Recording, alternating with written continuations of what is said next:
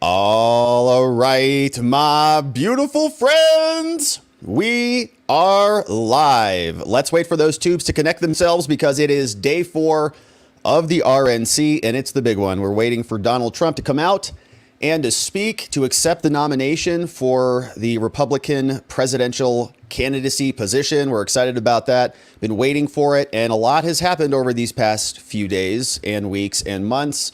And now it's all coming into this culmination, the worst news ever for the Democrats.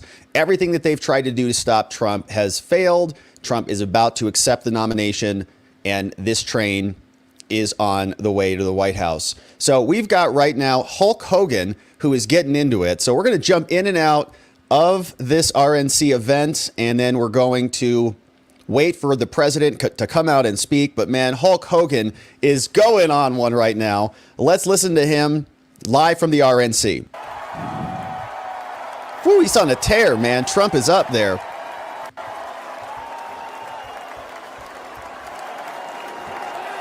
Look at that shirt, baby. Look at those biceps. Urgh.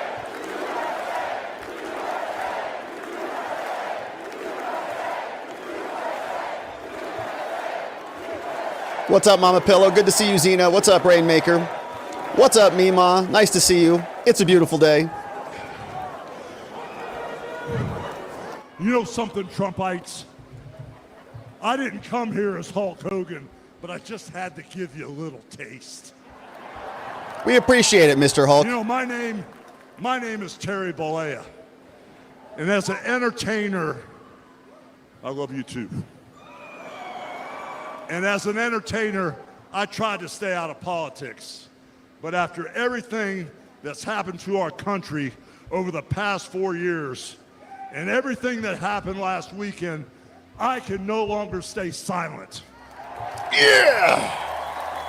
Oh, yeah. I'm here tonight because I want the world to know that Donald Trump is a real American hero. Yeah. And I'm proud to support my hero as the next president of this United States.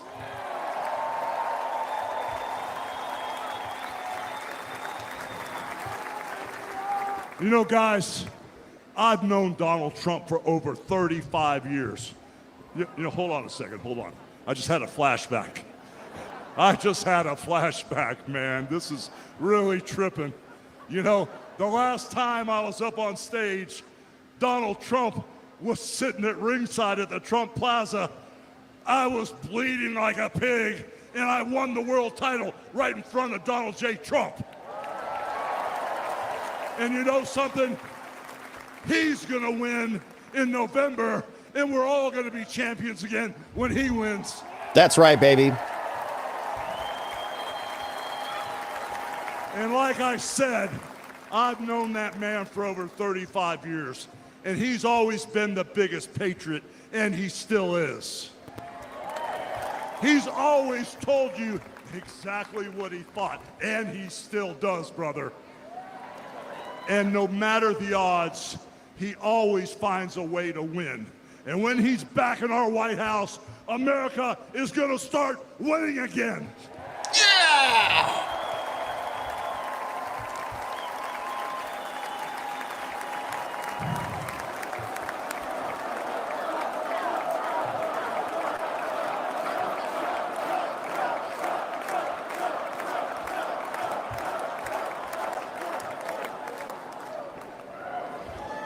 You know, guys, over my career, I've been in the ring with some of the biggest, some of the baddest dudes on the planet. And I've squared off against warriors, ooh yeah, savages. And I've even, like I said, body slammed giants in the middle of the ring. And I know tough guys. But let me tell you something, brother. Donald Trump is the toughest of them all.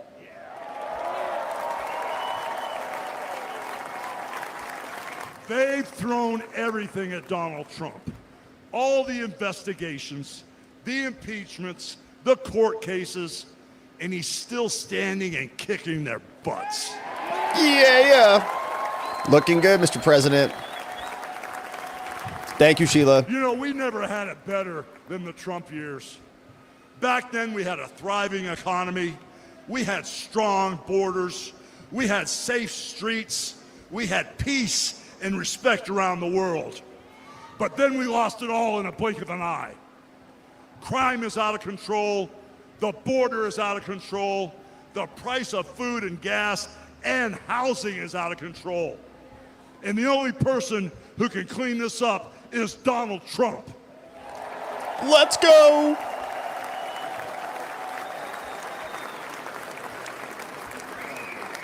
You know, guys, I really, really love this country.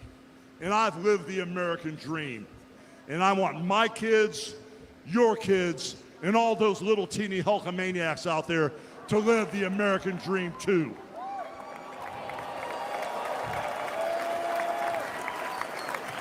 This November, guys, we can save the American dream for everyone. And Donald Trump is the president who will get the job done. So all you criminals... Man, he looks good. Look at that. Look at his biceps, man. He looks good. All you drug How old dealers is Hulk? and all you crooked politicians need to answer one question, brother. What is it? What you gonna do when Donald Trump and all the Trumpomaniacs run wild on you, brother? Yeah! God bless you. Yeah! Thank you. Thank you, Mr. Hulk. Let's go. Yeah!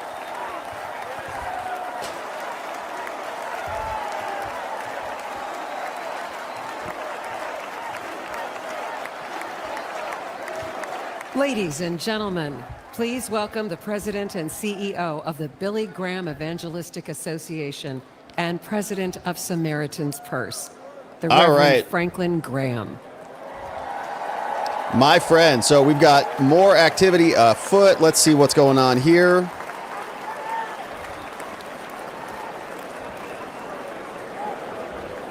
All right, so we're going to pause here. Now, we got some other business to attend to. So we're waiting for Trump to come back out. And we've got Dana White is on the schedule. And so here is the plan. So let me share with you what is coming up ahead.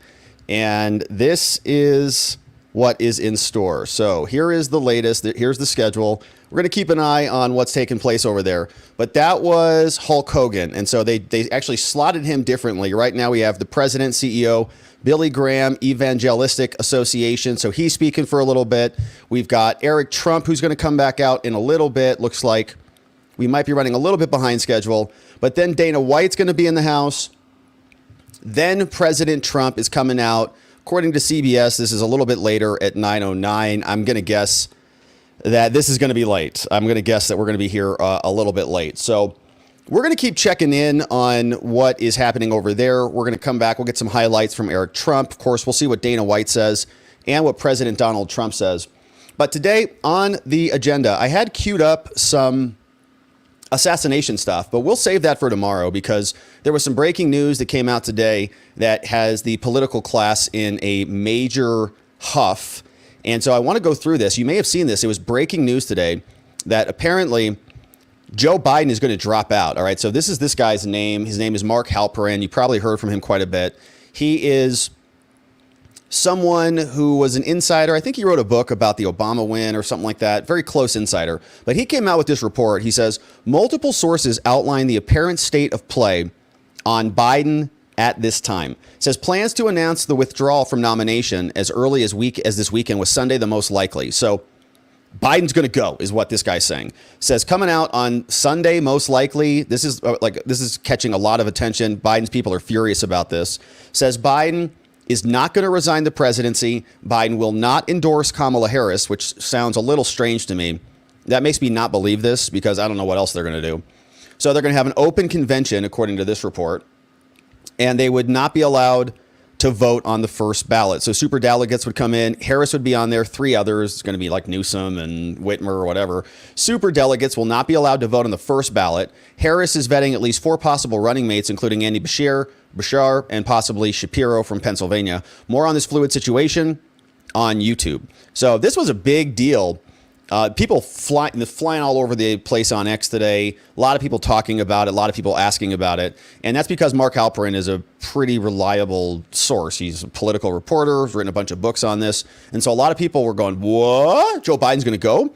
And I'm a little skeptical of it. I think the whole thing is interesting, but it seems like it's conveniently timed to match the RNC. You know, it's like if you're going to want to push a narrative, now's a good time to push it right in the middle of the RNC, take some of the energy and the enthusiasm away out of what's happening at the RNC, and then try to put pressure on Joe Biden when he's sickly and trying to recover from COVID. This insane situation.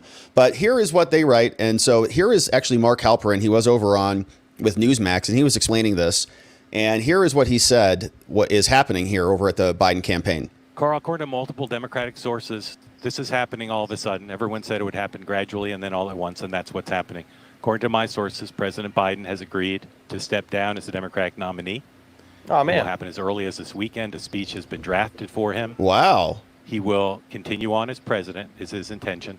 He also will not, I'm told, endorse Vice President Harris as his successor. What? They're hoping that he will endorse an open process in which the convention will be open to Vice President Harris and a few other candidates in Chicago to pick the Democratic nominee for president. The belief is that Vice President Harris is already looking at potential running mates to go to Chicago with a full ticket, including one possibility, Andy Beshear, the governor of Kentucky, and perhaps the governor of Pennsylvania, Governor Shapiro. Wow. Other possible candidates who are being talked about include Gavin Newsom, the governor of California, perhaps Gretchen Whitmer, and again, the vice president running. On the first ballot, the regular delegates would be allowed to vote under this agreement that's being talked about amongst the president and high-level Democratic officials. The regular delegates would vote on the first ballot. If there is no winner on the first ballot, the so-called super delegates would be allowed to vote on the subsequent ballot.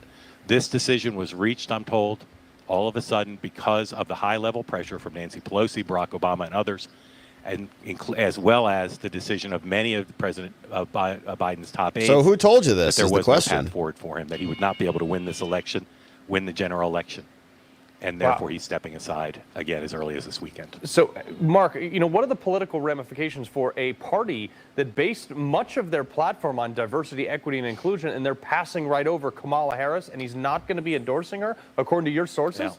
Now, according to my sources, he will say very nice things about her.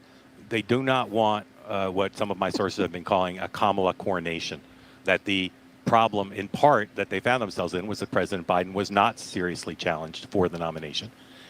I'm told by some of her people, I don't know that the vice president thinks this, but some of her people believe she will win this, that she'll choose a strong running mate. That's crazy to me that Joe will not pass the torch to her. How can he get away with that? It's his vice president. He's going to look like the most disloyal piece of crap ever to not turn around and give it to her. Say, look, I got to go. It's not right for me, but she's not number two. They've been supporting each other for the last 3.5 years. And he's going to say she's like moderately okay and open this up to a wild free-for-all at the convention? I don't think so. That she does have the support of many of the delegates who are Biden-Harris delegates, and that she can win this basically on her own. And at least one of her allies said to me, this is better. Better to not be anointed by Joe Biden, better to show independence, better to show with a strong ticket the capacity to win the nomination on her own.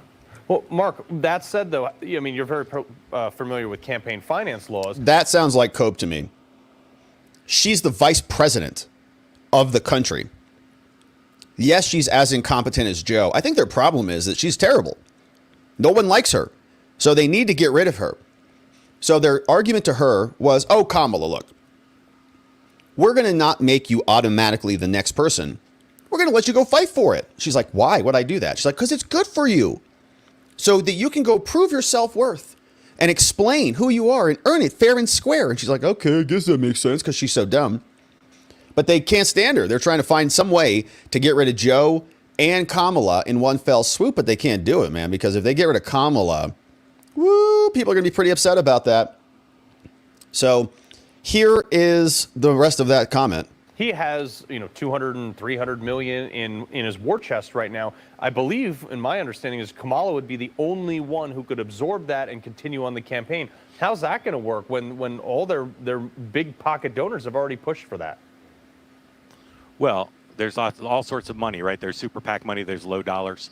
The belief is that a new ticket will inject excitement into the party, and that both low dollar donors and the big donors who in the last few days have sent a strong message to President Biden that they will not support his being the Democratic nominee. So there's a strong belief that with a new ticket that they can raise money from the big dollar donors who can give and bundle hard dollars, can give super PAC money, as well as the small dollar donations that will come in to whatever the new ticket is, whether it's the vice president or not. If it is the vice president, most campaign finance experts believe she does get to keep the Biden-Harris money. All right, so big shocking report from that guy. A lot of people say it's very credible. We'll come back, look at some reaction to that. But right now, we've got Eric Trump, who is speaking. Let's listen in, see what he says.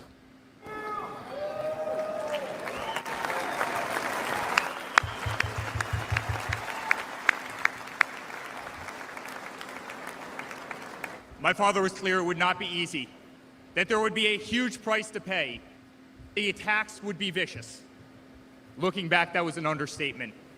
The made-up Russia hoax, the sham impeachments, the efforts to destroy an unbelievable company, a company that I run today, the efforts to cancel us, Tish to James. silence him, to gag his free speech, and to drag him Anger through on. every radical left Mercon. courthouse in America, Yeah. to take his life. Yet through it all, he's shown unwavering courage and determination, not just in public, but in every private conversation with me and our family.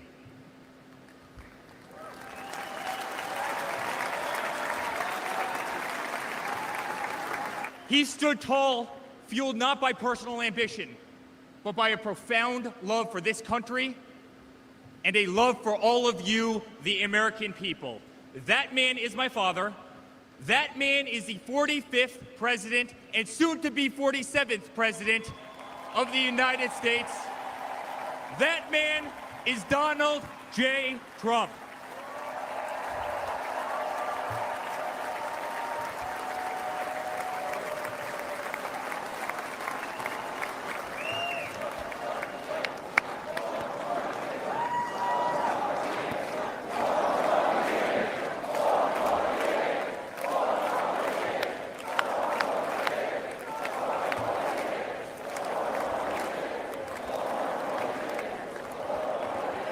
Each time I've stood on this stage, America has been at a dire crossroads. In 2016, many people began to doubt the promise of America. Our economy was struggling, jobs were scarce, our standing on the world stage was weak at best.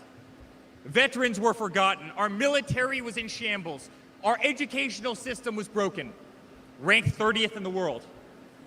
He could no longer tolerate an inept administration that handed $150 billion to Iran, a country that chants death to America, or witness the continued attacks on our Constitution and our religious liberty, or see the disrespect shown to our unbelievable law enforcement officers who are being disarmed, defunded, and persecuted each and every day.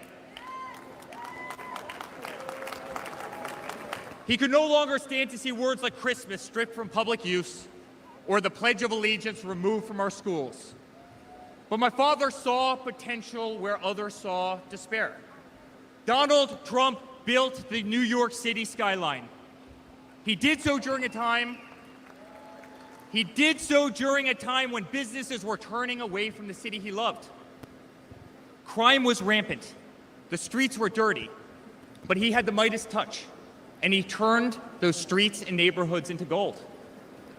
He faced every challenge with tremendous vision and grit.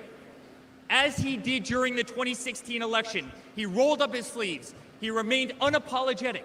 He did not care to be politically correct.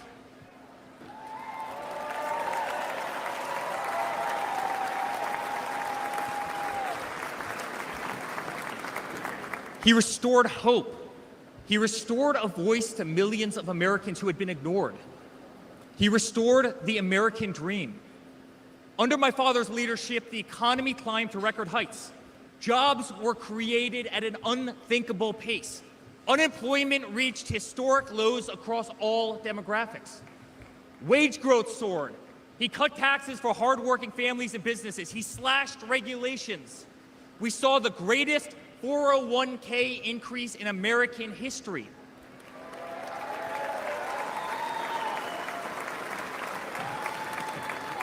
People bought their first homes in an environment that saw 2 to 3% interest rates. They started their families. My father made the United States energy independent with the lowest gas prices in decades.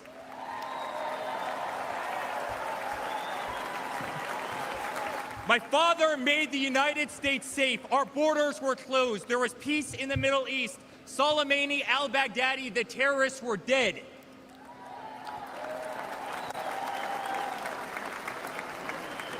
My father made the United States respected again, with the courage to walk into countries like North Korea, with the courage to impose tariffs on China, and with the courage to tear up trade deals that cost Americans their jobs.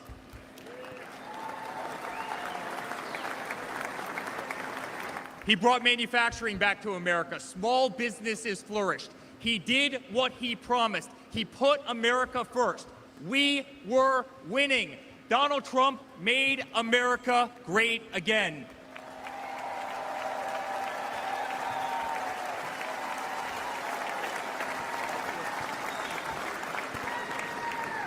But he also created a movement that threatened the special interests and the political elites. A movement that cast a bright light on the institutions weaponized against the American people. You see it in our schools. God bless the moms who fought back.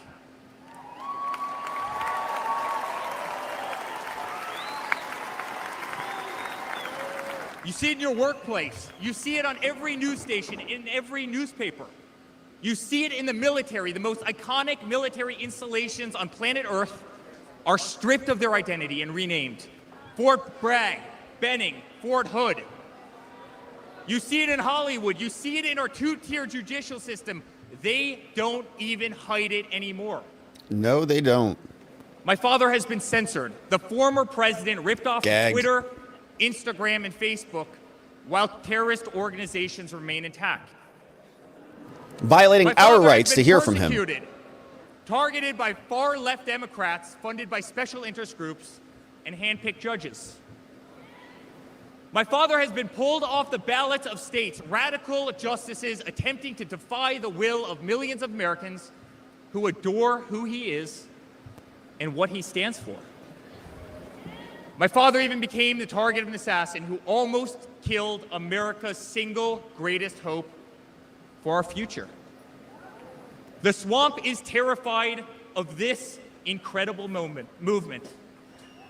They're terrified of it. They're terrified of you and the tens of millions of people watching us on TV right now. That's us. They've tried everything to keep him from you, everything, to destroy his legacy, to destroy his family. They have failed, and they will not win.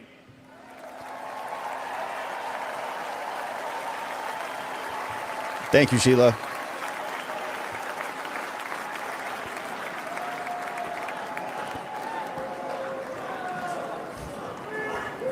I love my Florida delegation right here.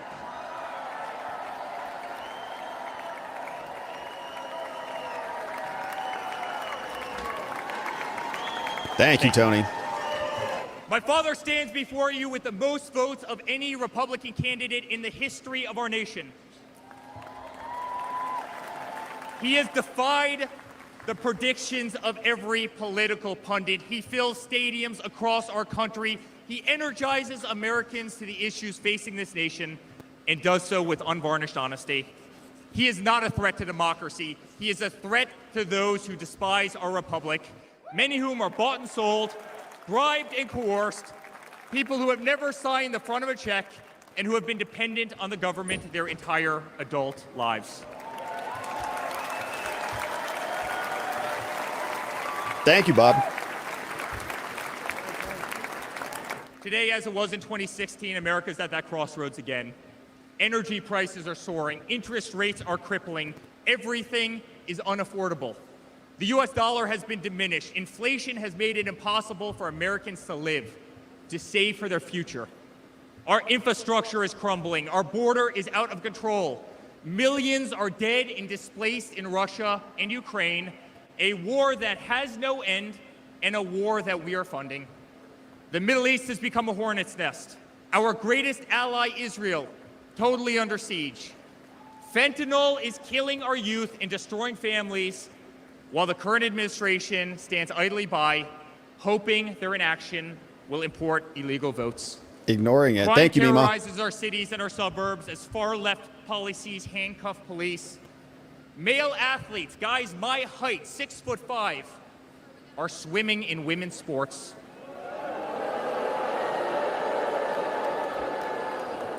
Destroying the dreams of young girls who have trained every minute of their lives. We no longer trust our elections. We no longer trust our judicial system. And we no longer believe that our government is working in our best interest.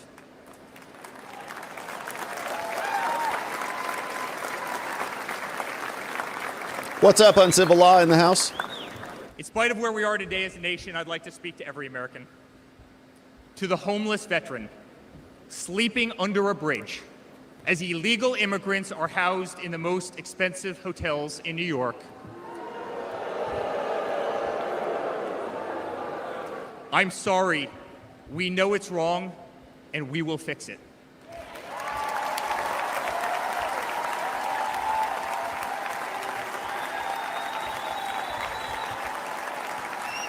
To the single mother who can no longer afford her rent, afford groceries, and has been forced to work 3 jobs, I'm sorry. It does not have to be this way. Nice. To It the doesn't. parents who lost a son or daughter to fentanyl, including the incredible woman that spoke the other night, while an administration does absolutely nothing, I'm sorry. Your government can do so much better, and it will.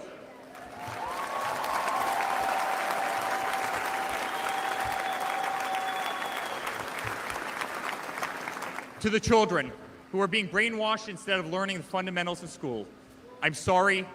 There are teachers who care, and my father will empower them.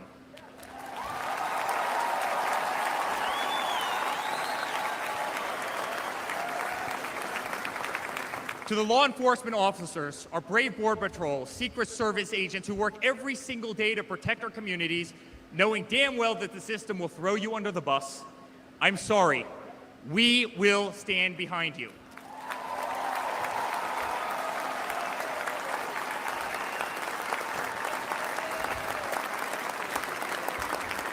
To commuters often petrified to take a bus, take a train, or walk the streets in cities across our nation, I'm sorry. That man right there will fix this.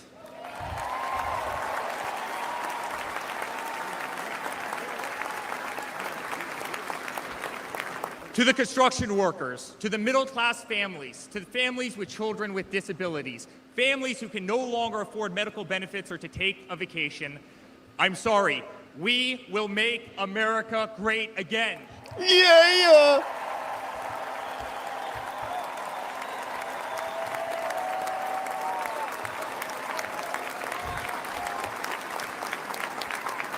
And to my father, who has been ruthlessly silenced, slandered, and attacked by a corrupt administration, I'm sorry. We know, and America knows, that they're not just after you, they're after all of us, and you just happen to be standing in their way. That's right.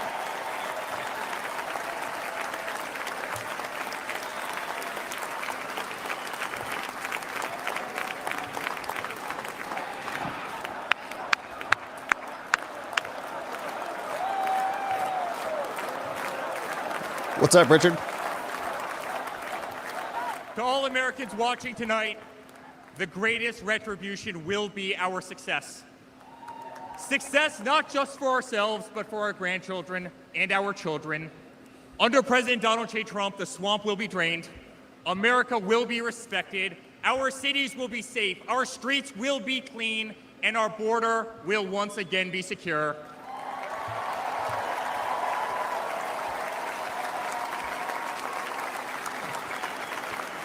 We will have peace.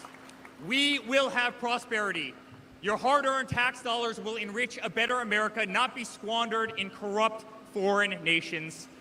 Education will be handed back to the states. We will no longer be 30th in the world. We will be first.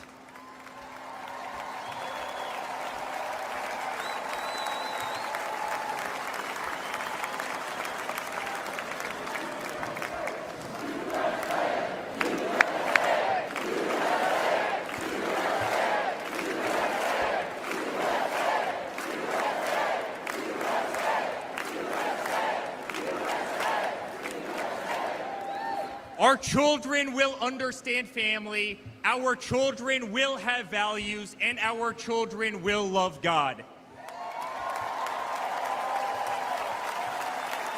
I dropped my mic volume down a little bit. Let's see if that helps.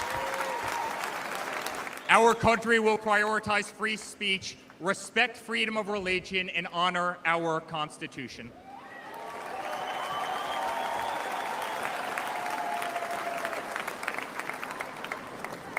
As his son, Turn down my mic a smidge. I've never been more proud of a person in my life.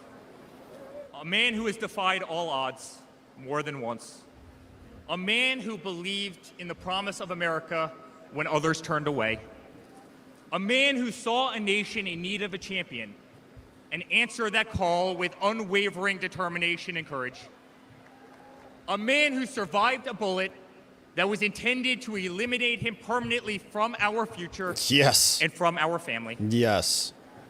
Never have I been more proud to be a Trump. Yeah.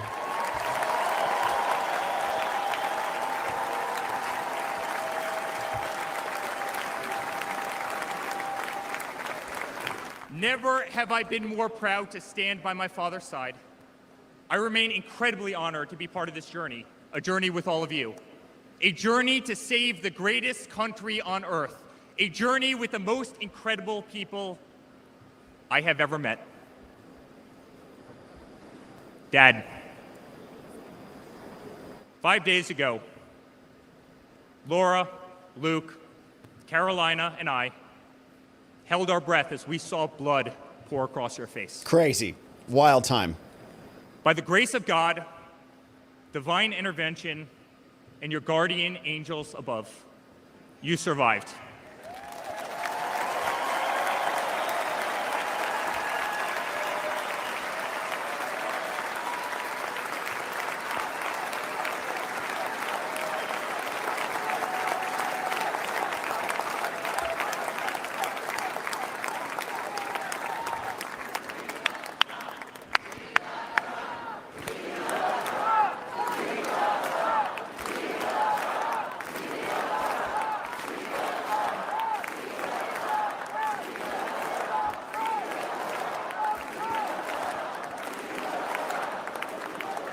You are the greatest fighter I have ever seen.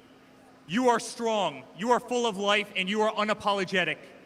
Your optimism is contagious.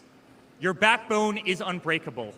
Your conviction to fight for what is right and against all that is wrong is truly next level. I love you, Dad.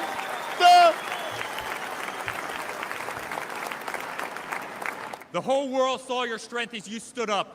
You wiped the blood off your face, and you put your fist in the air in a moment that will be remembered as one of the most courageous acts in the history of American politics. You shouted, "Fight! Fight! Fight!"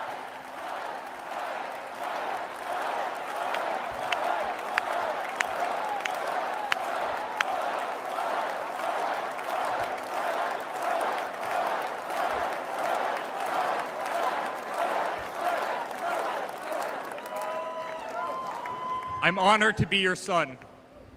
I'm honored to speak to our great nation tonight. You are a true leader. You epitomize strength. Our country loves you. Our country appreciates you. Our country misses you. And on November 5th, our country will re-elect you as the 47th President of the United States of America. Yeah. Good night, Milwaukee. Good night, Eric. God bless you all. God bless you back, Eric. Nicely done. Nice speech on that one. That was nice. Well done, I'll say. That was a really nice speech there. So Eric Trump comes out and delivers a very loving speech of his father. Man, I love you, Dad. I'm proud to be a Trump. You're amazing. You've been shot at. We've been raided by the feds. You've been prosecuted. There's been lawfare coming down your gullet. They're trying to take away our family business and everything. But you're still here. You still showed up. And you're showing up enthusiastically when you don't need to for the right reasons. I mean, it's really just a nice speech. So what a nice thing. So Eric Trump comes out and delivers that. Now, what is coming up next? You can see we have a little bit of a song, and then it looks like next on the docket is going to be a video. And so we'll keep our eyes on the video. Then Dana White is next, and then Trump is coming up after that. So Dana White from the UFC will be next, and then Trump will be coming out right after that. And so you can see they're still singing some tunes and getting ready for the crowd, I think, to watch a video. But as we saw earlier today, Joe Biden is apparently dropping out. That's according to some reports. And so we're going to keep our eye on what's happening at the RNC and let that song play out. But let's go back and see what the Biden camp is saying, because other sources say that that's not happening at all. Other sources say that Joe Biden is sticking in the race. Okay, Robert Costa, who does reporting for some big entity called CBS News, he wrote this. He says, sources close to the president tell me tonight that they're furious that while the president is trying to recover from COVID in Rehoboth Beach, a pressure campaign keeps picking up speed. Lots of anger towards some donors for talking of money drying up if he doesn't quit, towards what they see as muted support from Obama, and toward Dem leaders who, one source say, they're hiding behind statements. Which I agree with Biden on this. They're being absolutely cowardly as hell. Like, just come out and say it. If they want him out, they'll have to push, source adds. He's not going anywhere. He feels disrespected. Good. He is being disrespected. The voters have already spoken. And many of these people, up until one bad debate night, were in his camp saying how vigorous Joe Biden was. He was doing backflips all over the place. He's like, amazing. Still a fluid moment. No one has figured out an effective way to quiet this drift of nervous Democrats away from Biden. And no, many Dems want Biden to just break at some point. They keep harassing this dude. They're insurrecting this dude, okay, which is ridiculous. He is their nominee. He represents the Democrats. And so he shouldn't be going anywhere. And we have more clips of this. So the RNC clipped this one for us.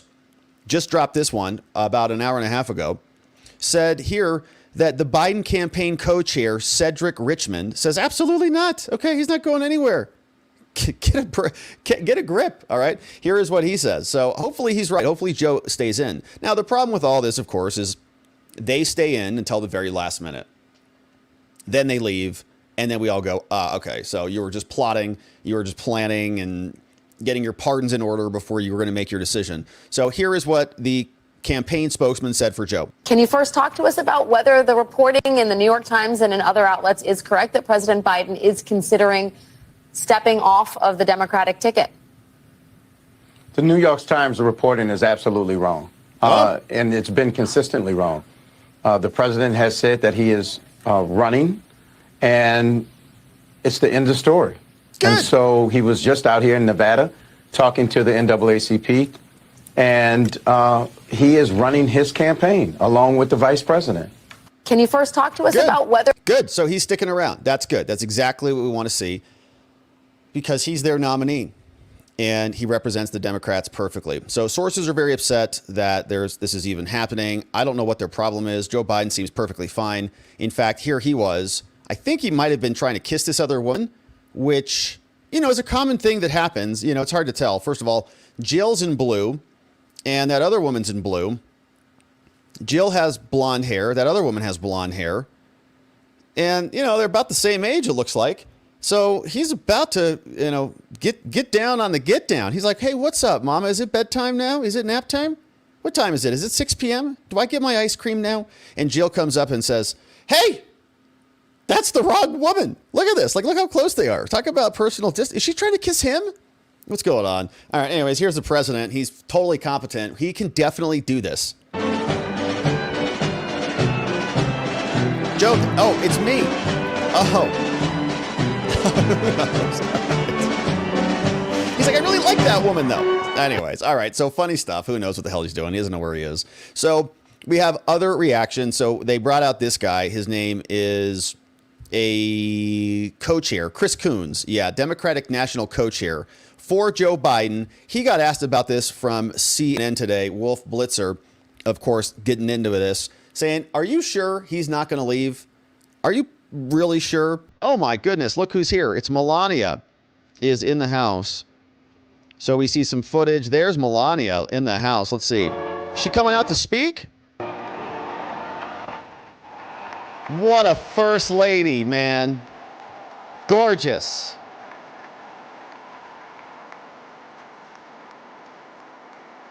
Beautiful.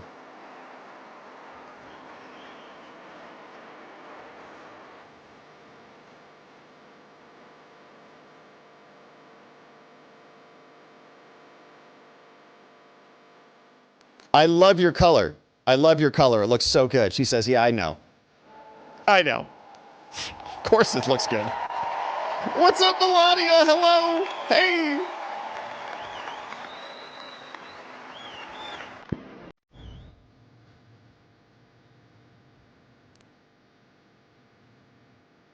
This is a story as uniquely American as the ideals and freedoms we all cherish.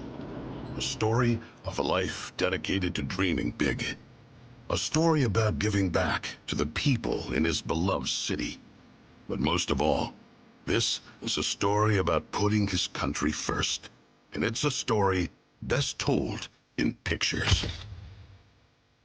Young and confident, Donald Trump wasn't afraid to think big and build even bigger. And he left his mark on the New York skyline that greeted visitors from around the world. But he wasn't just an American entrepreneur.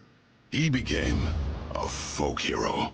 Celebrities and sports stars wanted to be seen with him. Politicians sought his approval. And New Yorkers just loved him. And he loved them back. And he gave back. Just one example, saving the Woolman skating rink. The Woolman skating rink in Central Park is open again. The city spent nearly 6 years and $12 million trying to fix it. And then to the rescue, developer Donald Trump. As Tracy Egan tells us now, he accomplished in 3.5 months what the city couldn't do in 6 years. Donald, you performed a great public service. There was no denying that Donald Trump was the toast of the town. But he was also something even more important, a patriotic American. And like many others, he was becoming increasingly troubled by the direction of our country. Because I really am tired of seeing what's happening with this country, how we're really making other people live like kings, and we're not. You've said, though, that if you did run for president, you believe you'd win.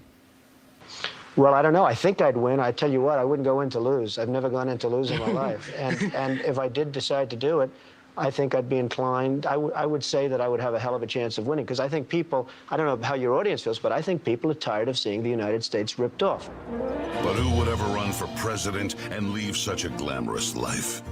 Appearances in movies, best-selling books, a widely popular TV show. But for Donald J. Trump, the calling to save his country was even stronger. The mission, more important. The number of Americans being left behind, too large. And so, in Donald Trump fashion, he announced he was running for president, in it to win. And he did.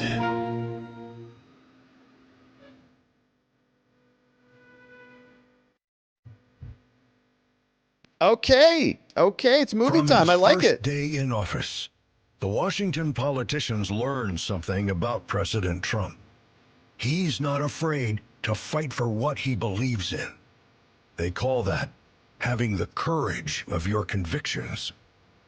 First up, the Trump tax cuts, largest in America's history, and it led to higher take-home pay for working families. Unfortunately, today, taxes are up and incomes down. The politicians just never learn. Next for President Trump, secure our border. Check. Miles and miles of wall built. ISIS and other terrorists deterred. But now, we have the Barney Fife of border security, leading to 250,000 Americans dead from fentanyl coming in. Brutal migrant crime spreading across America.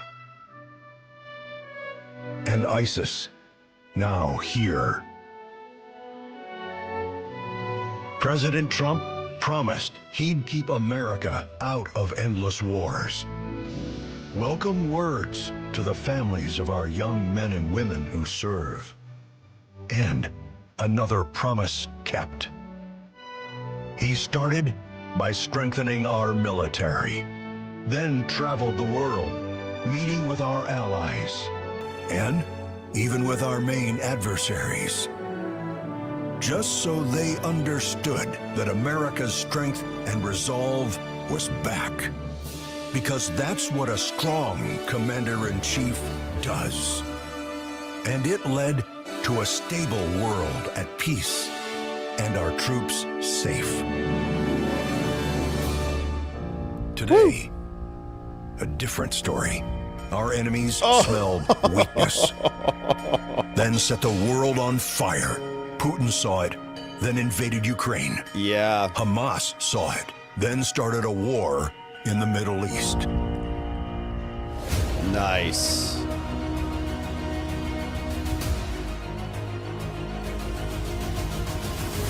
There's one more thing we've learned about President Trump. He believes so strongly in America, so optimistic for our possibilities, and so committed to fighting to once again make our country great, that there is nothing that is going to stop him.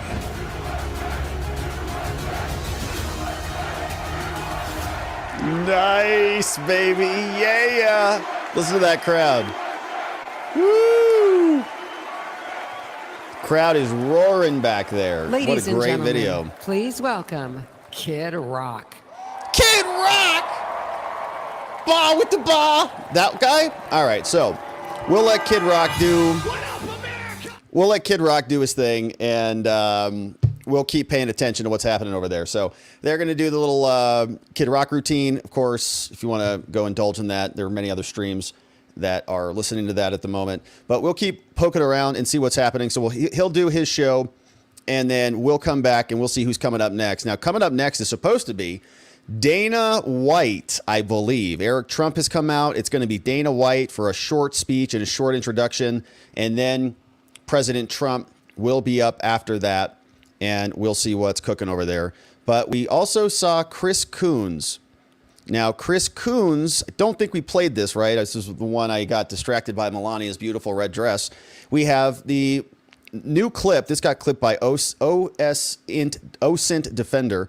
He shared this from Christopher Coons, who is explaining about Joe Biden's candidacy, that it's looking like he's going to stay in the race. All right, so here is that. % ruled out the possibility of leaving the race during the course of all of your conversations with him? In my conversations with the president, he's been asking for input. He's been asking from all of us who talk to him regularly for advice, for counsel, for input on the polls, on the opinion of our colleagues. But he has communicated to every Democrat in writing that he intends to continue this campaign. Good. Is he even considering it, leaving? Okay, so is he even considering leaving, right? Is he even considering leaving? So he asked that question. I'm pretty sure he's going to ask it like 3 more times, right? Is he even considering? We're at 33 seconds. Let's see if he asks it again. Look, I think he weighs very seriously the input of those he trusts and admires, those who've served with him. And beyond that, I'm not going to get into the details, Wolf. I think he deserves the respect of being able to reflect on this moment. But I think after the tragic shooting in Butler, Pennsylvania, he showed us what kind of a leader he is. He called former President Trump. He expressed the prayers and the concerns for a rapid recovery from him and his wife, Jill. And he has called for our country to come together. Since he first got involved in the race for the presidency in 2020, he's been urging our country to tone down the rhetoric and to bring our nation together. That's what he said in his inaugural address. That's how he has led as an effective bipartisan president who has gotten more done than any president in my lifetime. And that's the kind of actions he's taken in recent days to reach out and to show that he is determined to lead our country forward in a way that respects the best of us and the most optimistic aspects of us as a nation, rather than further dividing our country. Okay. One final question. Is he even considering leaving the race? Okay, you just asked that. He just answered that. Well, if I haven't spoken to him in the last few days, I shouldn't speak to that without direct knowledge.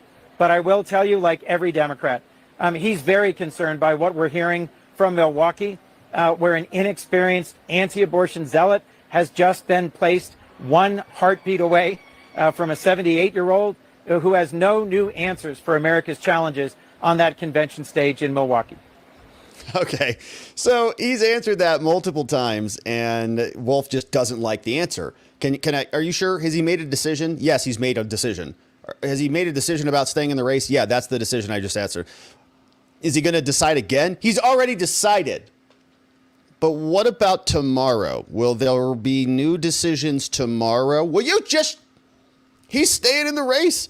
Leave us alone. And so Kid Rock is out there rocking down the house. And what was so funny about a lot of this rocking and rolling that's happening over there, we're not big rocking and rollers here, as you can tell, but they have a dance cam at the convention. So check this out. GOP convention, there's a Trump dance cam. All right, so here is what this one looks like over from Span. I guess this is just playing like 24/7 or whatever, whenever they play it. Here it is. Here's the dance cam. And they're playing, okay, yeah, I think it's the YMCA song. So they're playing Trump just dancing away, and they got a whole routine. So I love it. It's great. It's a party. It's a giant party. And it's dancing Trump on the dance cam. Looking good, man. It's great. He's got good moves. That's kind of how I do it, just kind of like, yeah, what can you do? He's amazing. So Dana White is out. Dana White is coming out, my friends. And so we're waiting for that next. So, of course, right now, here's the lookout. They got a song coming up, and then Dana White will be back.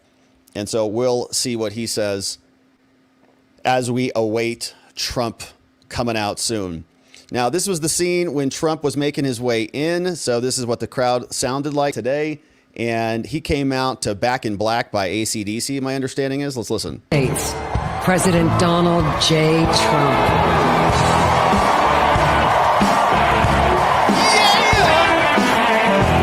Back in Black, baby. Yeah, that's Trump coming out, man. He's looking good. So that was earlier on the day. Obviously, he's seated there. And so he's looking good. And we're waiting for the rest of the event to continue on. You see, they still got some music playing there in the background. And we're waiting for Dana White to come out. Looks like he is here. So let's listen in. Dana White, UFC. Good evening, ladies and gentlemen. What's up, Dana White? I am the CEO and president of the Ultimate Fighting Championship. So 2 weeks ago, I got a call from President Trump asking me if I'd be willing to speak tonight. As usual, there was no pressure, no demands. He asked me as a friend, and of course I said yes. Then, after I accepted his offer, he sent me a text message, and I just want to read to you a little piece of what President Trump wrote to me. Dana, I'm so honored that you will be doing the introduction at the National Republican Convention. Think of it as the biggest fight you ever had, a fight for our country and even the world. I only wish you didn't have to interrupt your family trip, but I hope they understand they love you and they know how important this is. Nice. You've been called. Think about this. This man's running for president of the United States. He's fighting for the future of this country, and he's concerned about interrupting my family trip. That's the President Trump that I know. A man who truly cares about people. The mainstream media likes to push the narrative that he doesn't care about anyone but himself. I absolutely know that's not the truth because I've been friends with this guy for 25 years. And for the people who know me, they'll know this is true. I just want to make something very clear. Nobody in the Trump campaign has ever told me what to say. Nobody tells me what to say, and I'm nobody's puppet. Yeah, baby, man, we love that here. You know that. All right. I'm not telling you what to think. I'm telling you what I know. And I know President Trump. I know President Trump is a fighter. I've been saying this since 2015. Now look at what's happened over the last 10 years. We have all seen it with our own eyes. I'm in the tough guy business, and this man is the toughest, most resilient human being that I've ever met in my life. Yeah, he just got shot in the head. The higher the stakes, the harder he fights, and this guy never, ever gives up. So what's at stake here? The answer is in President Trump's text, and I quote, "A fight for our country." I know why he's running for president again. Why else would he put himself through everything he's dealt with just to get back here? We all know he doesn't need this. This guy's got a great life, he has a beautiful family, and he has achieved everything that you could possibly achieve in life. And then some, yeah. I know President Trump is literally putting his life on the line for something bigger than himself, and he's willing to risk it all because he loves this country.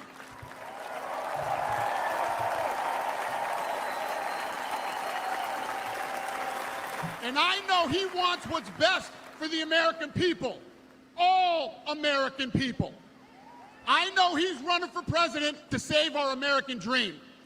I'm living the American dream, and I know the American dream is very real. Whether you were born in this country or came here from someplace else, this is the last real land of opportunity. President Reagan once said, "Government's first duty is to protect the people, not run their lives." And if you're buried in government red tape, how will you ever start your own business? If you're struggling to pay your bills, how can you ever afford to start a family? And if you don't feel safe in your own town, why would you ever buy a house? I know that President Trump is fighting to save the American dream, and that's what's at stake in this election. We are choosing who we want to lead us in this fight. I know President Trump is a proven leader, a fearless leader, and this country was in a much better place when he was in the Oval Office. Much. In my mind, the choice is clear. But this election, we all get to choose. I know I'm going to choose strength and security. I know I'm going to choose opportunity and prosperity. I know I'm going to choose real American leadership and a real American badass.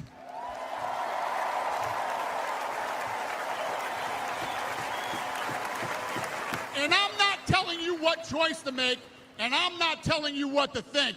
I'm telling you what I know. I know America needs a strong leader, and the world needs a strong America.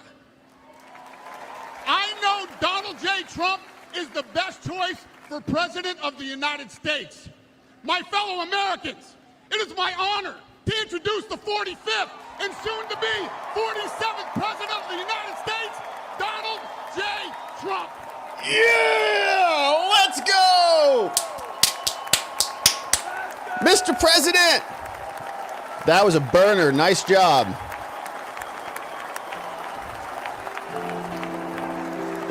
Yeah, and I saw some interesting videos of Dana White actually hopping on a helicopter in order to make it out to this location.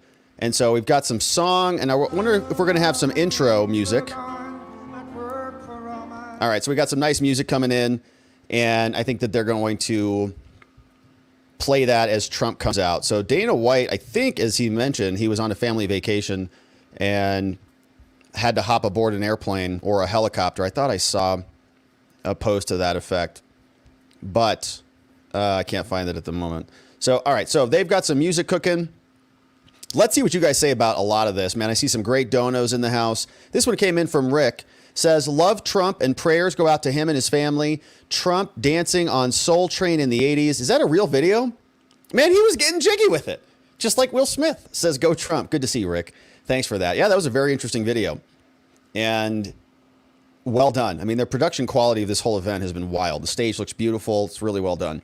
Everything looks great. Hey, what's up? Real with Robo, Membo for 5 months says, Trump needs to hire MAGA people to protect him. Would be a good idea.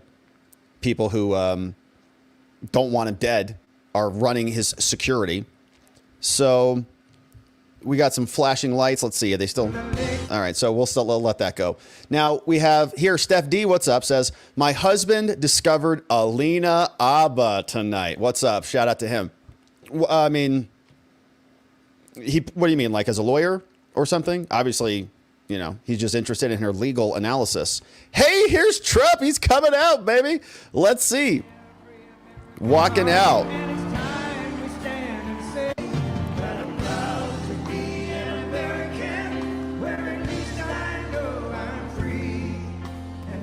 Trump looking good. What?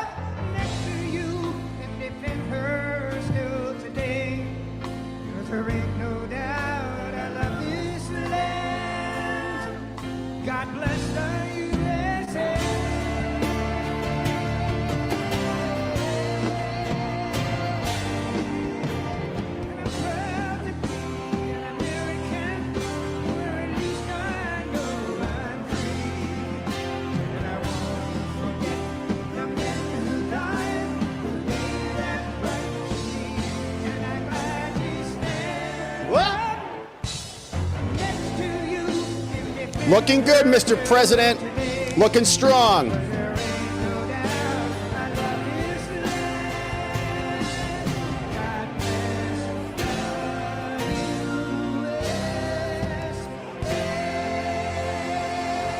Man, I love this country, man. I love this country. Yes. Great song. Great country. Donald Trump is out. Looking good. Look at this stage, man. It's great. Yes. Oh, this is epic. Epic.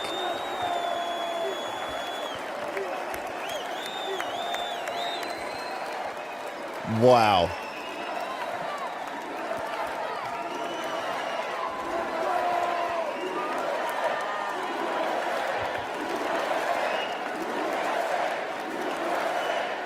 Amazing. Thank you very much. Thank you very, very much. Wow. And thank you, Dana. Thank you, Kid Rock, sometimes referred to as Bob. And thank you, Lee, right from the beginning. Thank you very much. What a talent. What a beautiful, beautiful song. Thank you. It was beautiful. Well done. Friends, delegates, and fellow citizens, I stand before you this evening with a message of confidence, strength, and hope. 4 months from now, we will have an incredible victory, and we will begin the 4 greatest years in the history of our country. Yes, we will. Yes, we will, Mr. President. Let's Together go. we will launch a new era of safety, prosperity, and freedom for citizens of every race, religion, color, and creed. The discord and division in our society must be healed. We must heal it quickly. As Americans, we are bound together by a single fate and a shared destiny. We rise together or we fall apart. I am running to be president for all of America, not half of America, because there is no victory in winning for half of America. Very so unifying. Tonight, with faith and devotion, I proudly accept your nomination for president of the United States. Left blown out. Oh, man. Where's Liz Cheney? Oh, where's Nancy Pelosi? They worked so hard to stop this. Hey, Fannie Willis, what do you think about that, Tish James? What's George Conway doing? Someone check on him and his dogs. Let's go, baby. We are ready. Thank you very much. Thank you, Mr. President.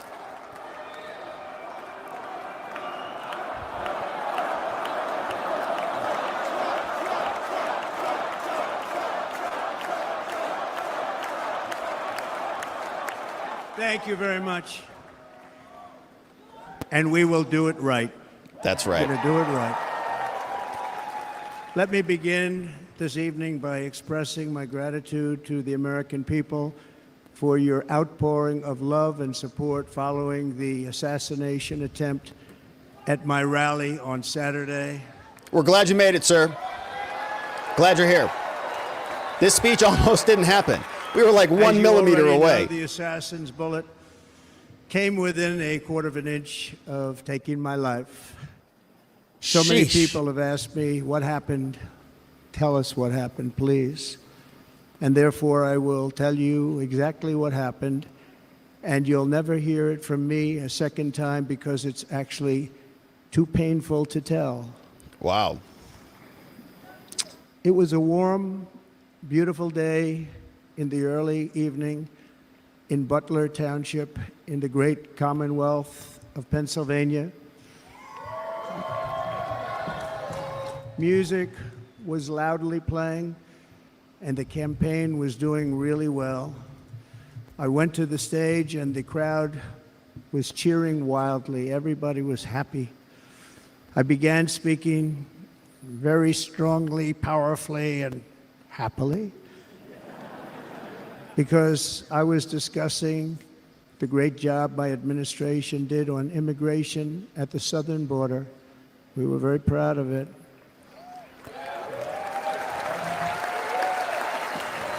Trump Behind is me, changed.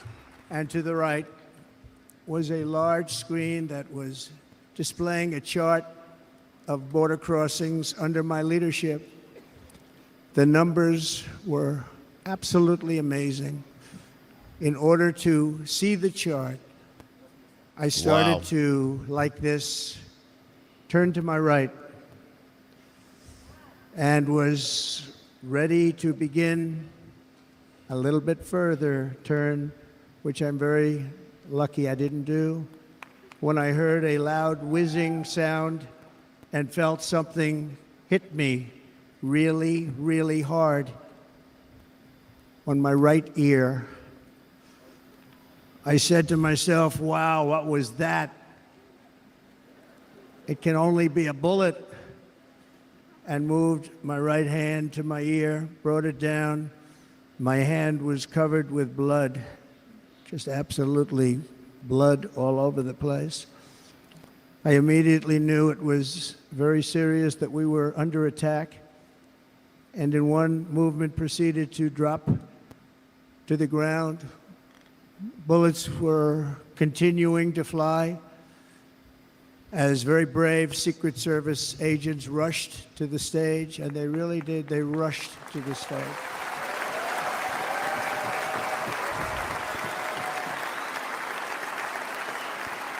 You can hear a pin drop when he's telling this story. These are great people at great risk, I will tell you, and pounced on top of me so that I would be protected. There was blood pouring everywhere, and yet, in a certain way, I felt very safe because I had God on my side. I felt that. Yes, you did. A miracle. Yes, you do.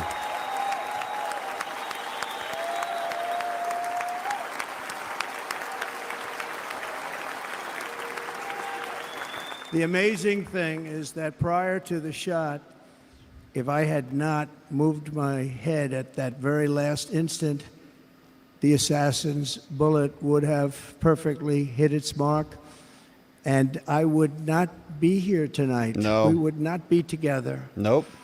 The most incredible aspect of what took place on that terrible evening in the fading sun was actually seen later. In almost all cases, as you probably know, and when even a single bullet is fired, just a single bullet, and we had many bullets that were being fired. Crowds run for the exits or stampede, but not in this case. It's very unusual.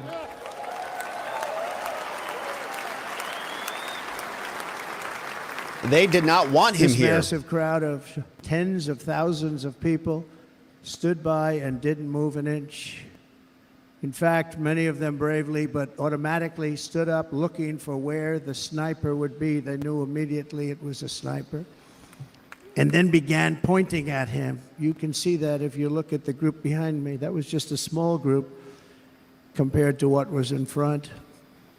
Nobody ran, and by not stampeding, many lives were saved. But that isn't the reason that they didn't move. The reason is that they knew I was in very serious trouble. They saw it. They saw me go down. They saw the blood and thought, actually most did, that I was dead. They knew it was a shot to the head. They saw the blood. And there's an interesting statistic. The ears are the bloodiest part. If something happens with the ears, they bleed more than any other part of the body. Very quickly. For whatever reason, the doctors told me that. And I said, why is there so much blood? He said, it's the ears. They bleed more. So we learned something, but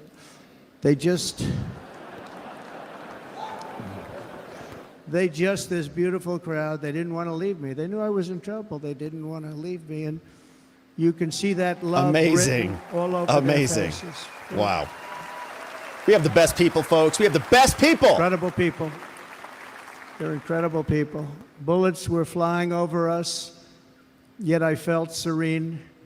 But now the Secret Service agents were putting themselves in peril. They were in very dangerous territory. Bullets were flying right over them, missing them by a very small amount of inches.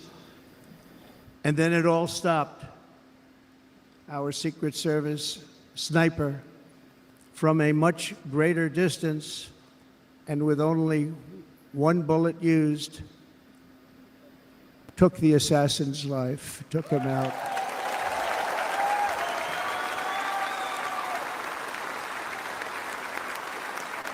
I'm not supposed to be here tonight. No. Not supposed to be here. They didn't want you here.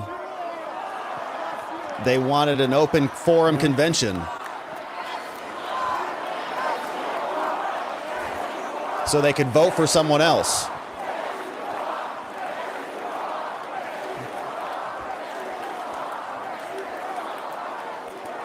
Thank you. But I'm not. And I'll tell you, I stand before you in this arena only by the grace of Almighty God. Amen. Amen.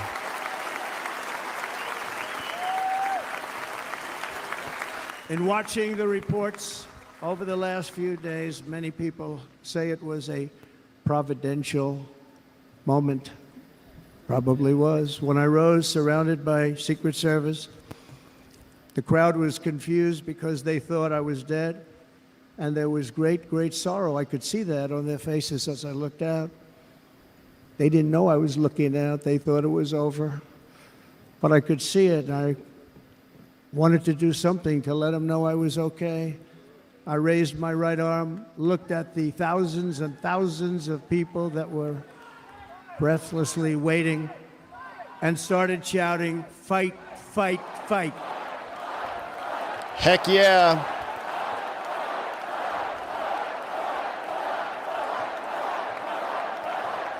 Thank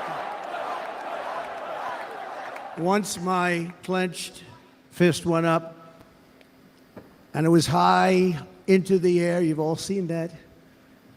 The crowd realized I was okay and roared with pride for our country like no crowd I have ever heard before. Never heard anything like it. For the rest of my life, I will be grateful for the love shown by that giant audience of patriots that stood bravely on that fateful evening in Pennsylvania. Tragically, the shooter claimed the life of one of our fellow Americans, Corey, comparator, unbelievable person, everybody tells me. Firefighter, amazing man. Rest in peace, Corey. And seriously wounded. 2 other great warriors. Spoke to them today. David Dutch and James Copenhaver. Shout out. 2 great people. Shout out I to our also 2 spoke wounded to all allies. 3 families of these tremendous people. Our love and prayers are with them, and always will be. We're never going to forget them. They came for a great rally. They were serious Trumpsters, I want to tell you. They were serious Trumpsters, and still are. But Corey, unfortunately, we have to use the past tense. He was incredible. He was a highly respected former fire chief, respected by everybody. Yeah. Was accompanied by his wife, Helen, incredible woman. I spoke to her today, devastated, and 2 precious daughters. He lost his life selflessly, acting as a human shield to protect them from flying bullets. He went right over the top of them and was hit. Hero. What a fine man he was.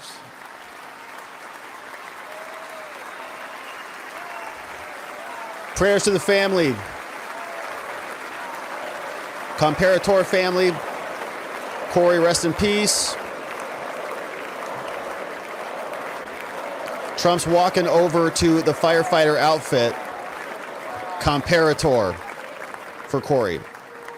We're going to give you a little hug and a kiss.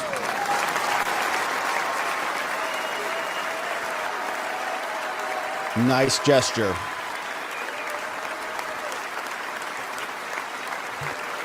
In honor and tribute to Corey. Rest in peace, brother. Until we meet again.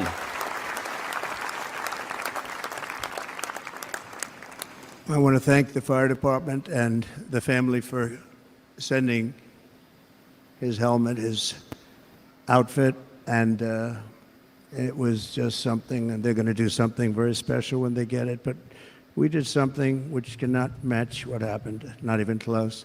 But I am very proud to say that over the past few days, we've raised $6.3 million. Wow.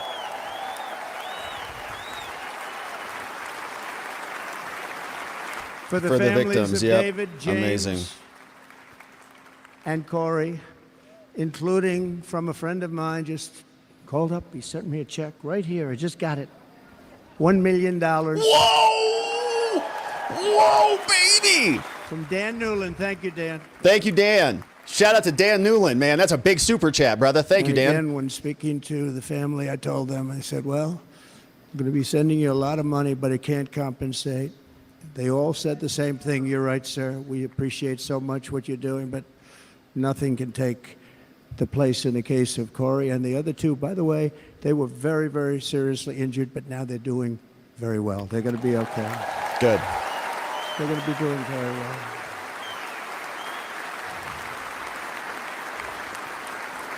They're warriors. So now I ask that we observe a moment of silence in honor of our friend Corey. Great idea.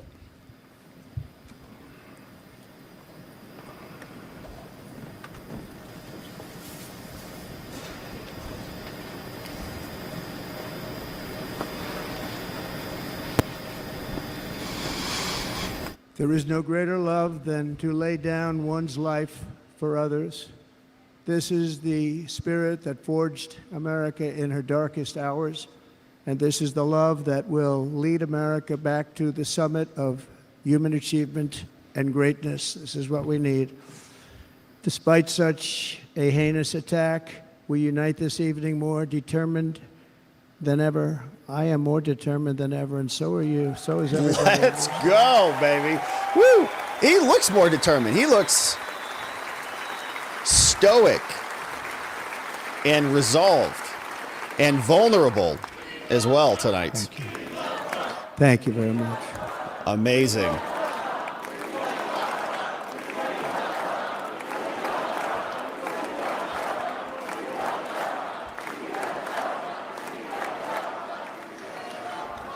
Our resolve is unbroken and our purpose is unchanged to deliver a government that serves the American people better than ever before. Nothing will stop me in this mission because our vision is righteous and our cause is pure. No matter what obstacle comes our way, we will not break, we will not bend, we will not back down, and I will never stop fighting for you, your family, and our magnificent country. Amazing. Never. Thank you, Mr. President.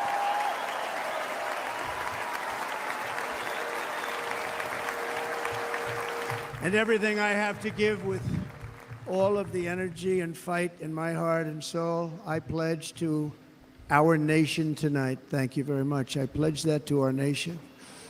I'm going to turn our nation around, and we're going to do it very quickly. Thank you.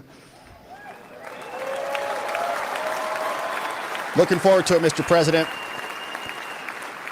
This election should be about the issues facing our country and how to make America successful, safe, free, and great again. Look at that camera shot. In an age when our politics too often divide us, now is the time to remember that we are all fellow citizens. We are one nation under God, indivisible, with liberty and justice for all. Preach, Trump.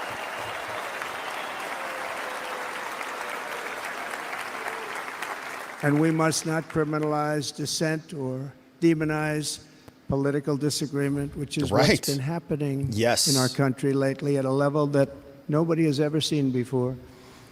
In that spirit, the Democrat Party should immediately stop weaponizing the justice system and labeling their political opponent as an enemy of democracy. Yep. They should. They won't. They've got nothing else. Especially since that is not true. In fact, I am the one saving democracy for the people of our country. That's right. Return to norm. No more political prosecutions and political censorship in violation of the First Amendment. And very big news, as you probably just read.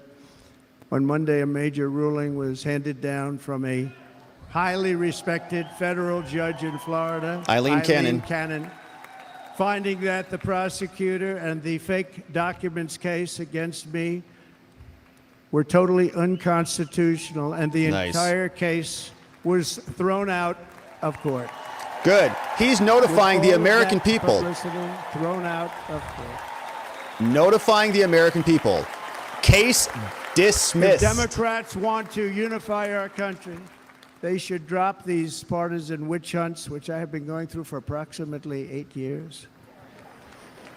And Good. they should do that without delay and allow an election to proceed that is worthy of our people. We're going to win it anyway, but worthy of our people. He's addressing the felony stuff head on, just directly. On this journey, I am deeply honored to be joined by my amazing wife, Melania. Yeah, we love Melania. What's up, Melania in the house? Yeah. Oh, man. Nice to see you, Melania. Looking great. Looking beautiful. Nice to see you. Nice shirt.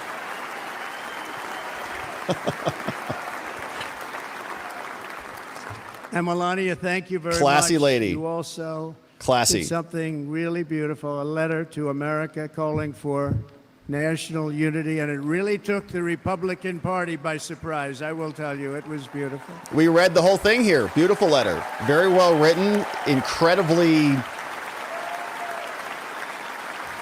In fact, some very serious people said that we should... Amazing. It was amazing. Take that letter and put it as part of the Republican platform. That would be an honor. It was a good letter. Right? It was above Mr. the fray. Congressman? It was good. But it captivated so many. So I also want to thank my entire family for being here. Don, Kimberly, Ivanka and Jared, Eric and Lara, Tiffany and Michael, Barron. We love our Barron. Yeah, Baron. Look at the family, man. What a great family. Nice to see everybody. And of course, my 10 wonderful grandchildren. You saw a few of them up there on my lap before. Amazing.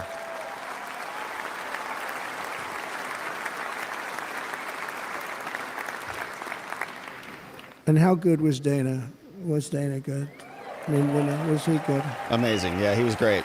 He was on probably the only vacation he's had in about maybe ever, because he works, but about 10 years with his wife, very far away. I won't tell you where, but very, very far away. Beautiful place. And my people called, and he said, I won't be able to do it. This is many, many years. I promised my wife I can't do it. And they came in, they said, Dana won't be able to do it, because he was my first, second, and third choice. I said, well, that's too bad, but I understand he's away, and it's good. It's good for him. And that was it. About 30 minutes later, she came back in, sir, Dana just called. He's going to do it. Heck yeah. And his wife, she said, you can't turn him down. You just can't do it. You have to go. That's a good wife. Of course, yeah, you have to. You have to. Great wife. You have to go, honey. Sorry. It's about America. So he got on a plane. He got here a little while ago. Now he's going to get on the plane in a little while, and he's going to go back home to his wife. That's a great husband. And I just want to thank her and him and their whole family, because great that's husband not too. Easy. And Kid Rock, same thing. Called, he said, I want to be a part of it. I want to be a part, because, Kid does his great song, Big, Big Monster song. I had no idea. He became a friend of mine over the last 10 years. And he's amazing. Everyone loves him. I didn't even know how big he was. He has rallies, 35, 40,000 people he gets every time he goes out. I think he's making so much money, he doesn't know what the hell to do with it. If you want to And then we have my other friend, and I've known him so long, and we took that song, and it was a big success, but we made that.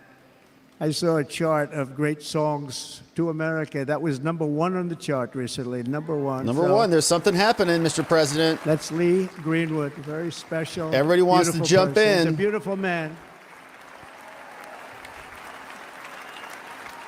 But they all wanted to be here. They called. And how about the Hulkster? How good was he? Is he up?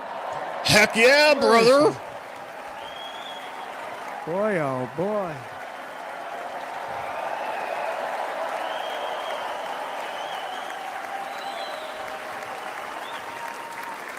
They may call that entertainment. I know about entertainment, but when he used to lift a 350-pound man over his shoulders and then bench press him 2 rows into the audience, I say maybe entertainment, but he is one strong son of a gun. Yeah, he's a big dude, I watched man. him many times. There aren't a lot of entertainers that can do that, right? You were fantastic. Thank you very much. Followed by Eric. What was that all about? Boy, that was good. I didn't want to really come up here. He loves you, Dad. But he was so great, and he's such a good young man. He went through a lot of trouble, and Don last night was incredible. They went through so much trouble. They got subpoenaed more than any people probably in the history of the United States. Yeah, they Every did. week They went after the whole another family. subpoena from the Democrats, crazy Nancy Pelosi, the whole thing, just boom, boom, boom. They've got to stop that because they're destroying our country. We have to work on making America great again, not on beating people. And we won. We beat them in all. We beat them on the impeachments. We beat them on indictments. We beat them. But the time that you On have raids, to spend, everything. the time that you have to spend, if they would devote that genius to helping our country, we'd have a much stronger and better country. That's right. They don't care about improving the country. They care about consuming power, consolidating power. That's all. And so any threats need to be removed, which is unfortunately Jason, Trump. The biggest star in country music. Jason, thank you for being here. Jason, thank you very much. Jason Aldean, he's good. I like his wife even better, by the way. She's here. Thank you, Jason. But I'm thrilled to have a new friend and partner fighting by my side. The next Vice President of the United States, the current Senator from Ohio, J.D. Vance, and his incredible wife, Usha. What's up, J.D.? Welcome aboard, brother. Heck yeah, brother. Welcome aboard.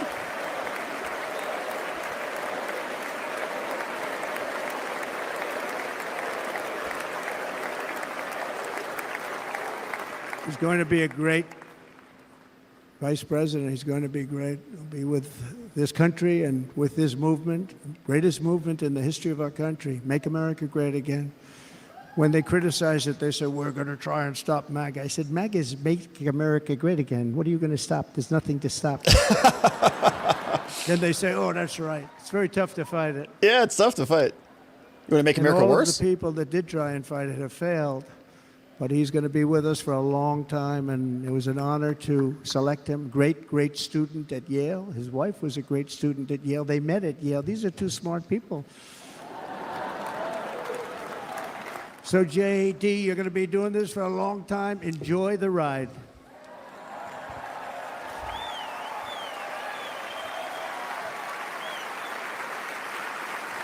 And a very special thank you to the extraordinary people of Milwaukee and the great state of... Oh, there they are. There they are. You are so easy to spot. And Green Bay's going to have a good team this year, right? They're going to have a good team. They're going to have a good team. Most of the audience doesn't like it, but it's true. You're going to have a very good team this year. And by the way, Wisconsin, we are spending over $250 million here, creating jobs and other economic development all over the place. So I hope you will remember this in November and give us your vote. I am trying to buy your vote. Let's get your vote. I'll be honest about that. Things will be better.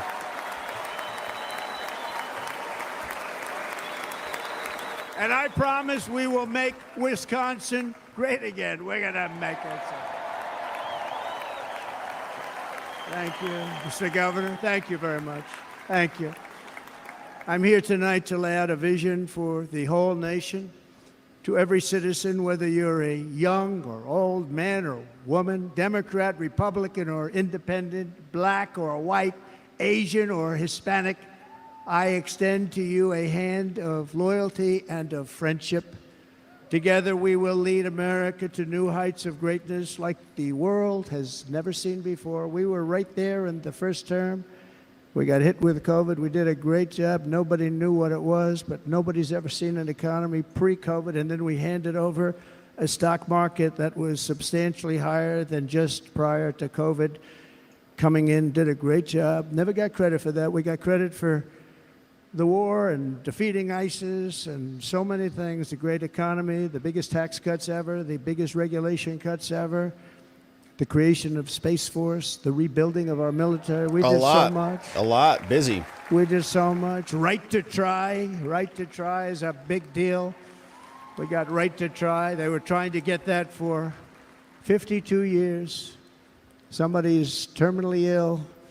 And hopefully there's nobody in this audience, but it does happen a lot. They're terminally ill and they can't use our new space-age drugs and other things that we are way ahead. We have the greatest doctors in the world, the greatest laboratories in the world, and you can't do it. They've been trying to get that approved for 52 years. Wasn't that easy? The insurance companies didn't want to do it. They didn't want the risk. The labs didn't want to do it because if it didn't work, people are pretty far down the line toward death. They didn't want to do it. The doctors didn't want to have it on their records, so I got everybody into an office. 52 years they tried. Sounds simple, but it's not. And I got them to agree that somebody that needs it will, instead of going to Asia, Europe, or someplace, or if you have no money going home and dying, just die. We got them to sign an agreement, agree to it, where they're not going to sue anybody. They're going to get all of this stuff. They're going to get it really fast. And what's happened is we're saving thousands and thousands of lives. It's incredible. Right to try. It's a great feeling. Under our leadership, the United States will be respected again. No nation will question our power. No enemy will doubt our might.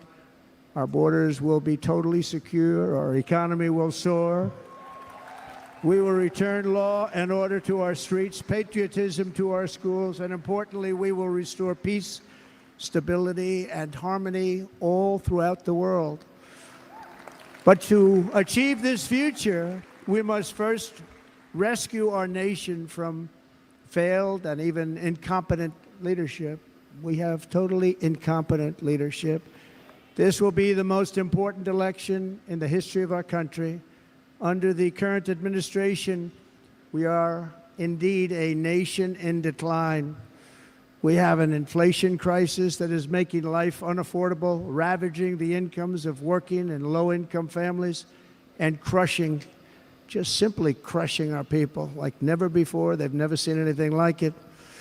We also have an illegal immigration crisis, and it's taking place right now as we sit here in this beautiful arena. It's a massive invasion at our southern border that has spread misery, crime, poverty, disease, and destruction to communities all across our land. Nobody's ever seen anything like it. Then there's an international crisis, the likes of which the world has seldom been part of. Nobody can believe what's happening. War is now raging in Europe and the Middle East. A growing specter of conflict hangs over Taiwan, Korea, the Philippines, and all of Asia. And our planet is teetering on the edge of World War III. And this will be a war like no other war because of weaponry. The weapons are no longer army tanks going back and forth shooting at each other. These weapons are obliteration. Different it's time times for a change. This administration can't come close to solving the problems. We're dealing with very tough, very fierce people. They're fierce people.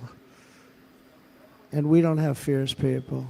We have people that are a lot less than fierce, except when it comes to cheating on elections and a couple of other things. Then they're fierce. Yeah, rigging insurrections. Yeah. Then they're fierce. So tonight, I make this pledge to the great people of America. I will end the devastating inflation crisis immediately, bring down interest rates, and lower the cost of energy. We will drill, baby, drill. Let's go.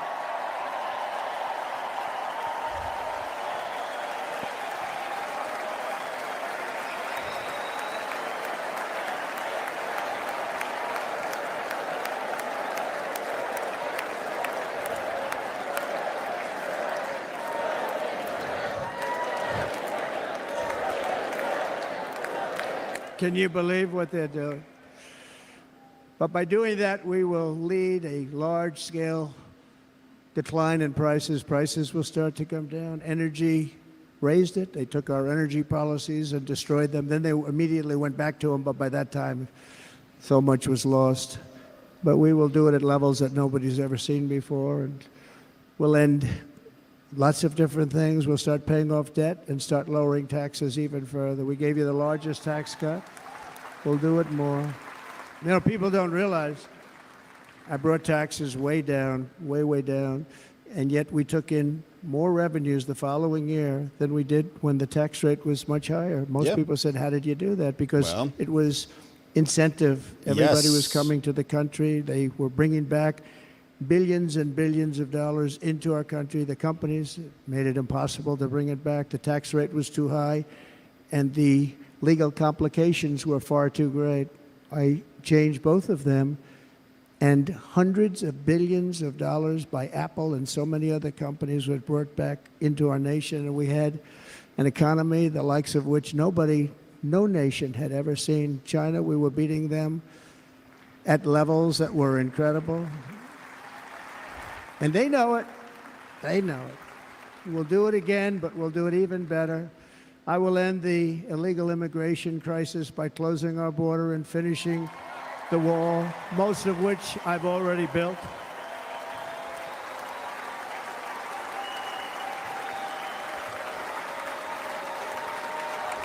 On the wall, we were dealing with a very difficult Congress. And I said, oh, that's okay. We won't go to Congress. I call it an invasion.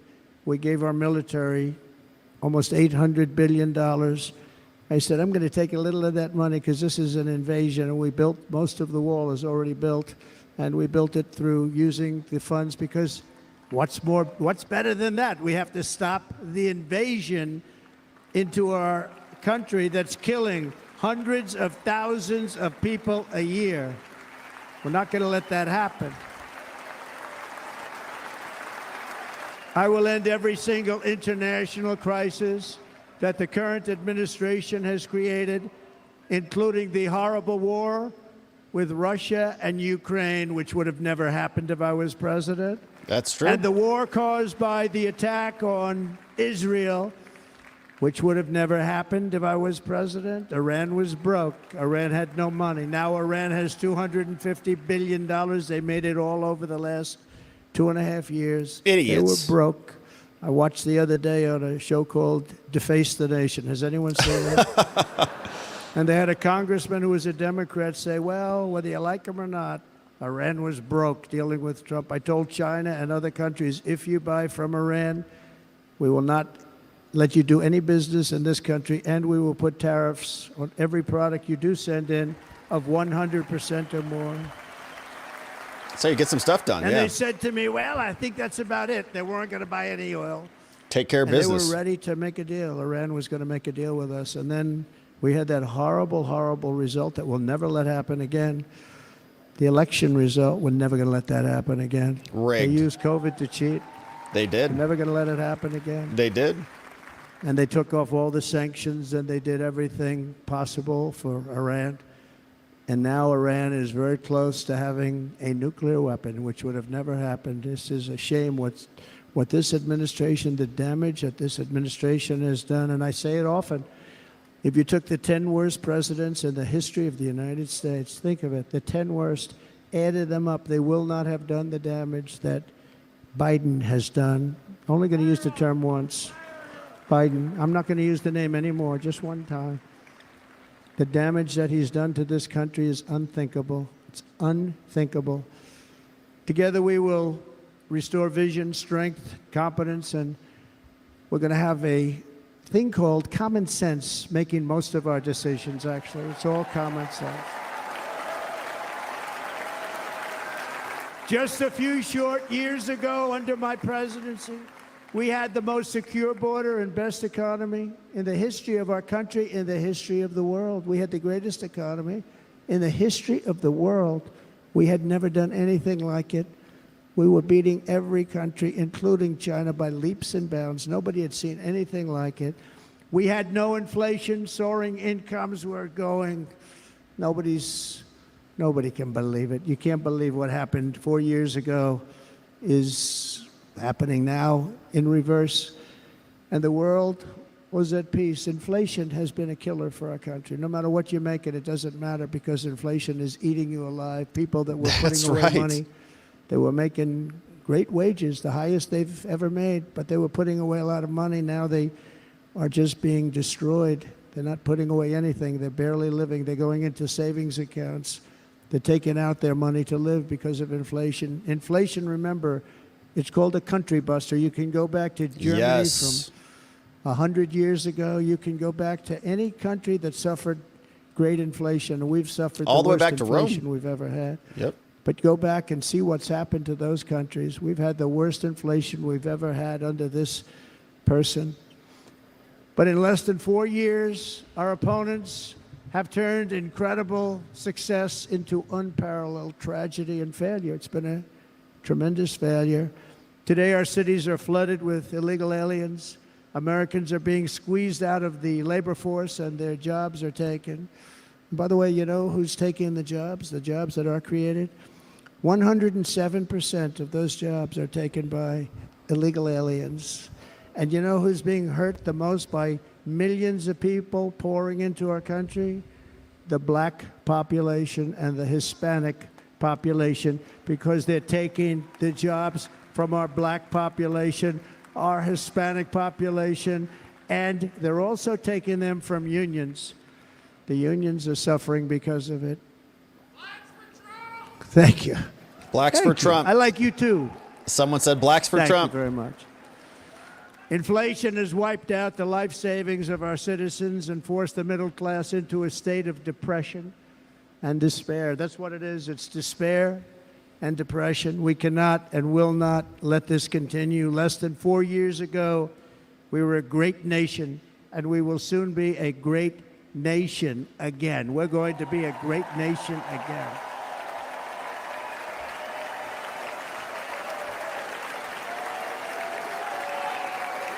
Thank you. With proper leadership, every disaster we are now enduring will be fixed, and it will be fixed very, very quickly. So tonight, whether you've supported me in the past or not, I hope you will support me in the future, because I will bring back the American dream. That's what we're going to do. You don't even Let's hear about go, the Mr. American President. dream. With great humility, I am asking you to be excited about the future of our country. Be excited. Be excited. Let's go. That's good. Some positivity. Yeah, look, we are excited. We love our country. We want to get it back on track. We're sick of what the Democrats have done over these last 4 years. And by the way, the news reports, look at all of those big networks. Look at them. They're all here.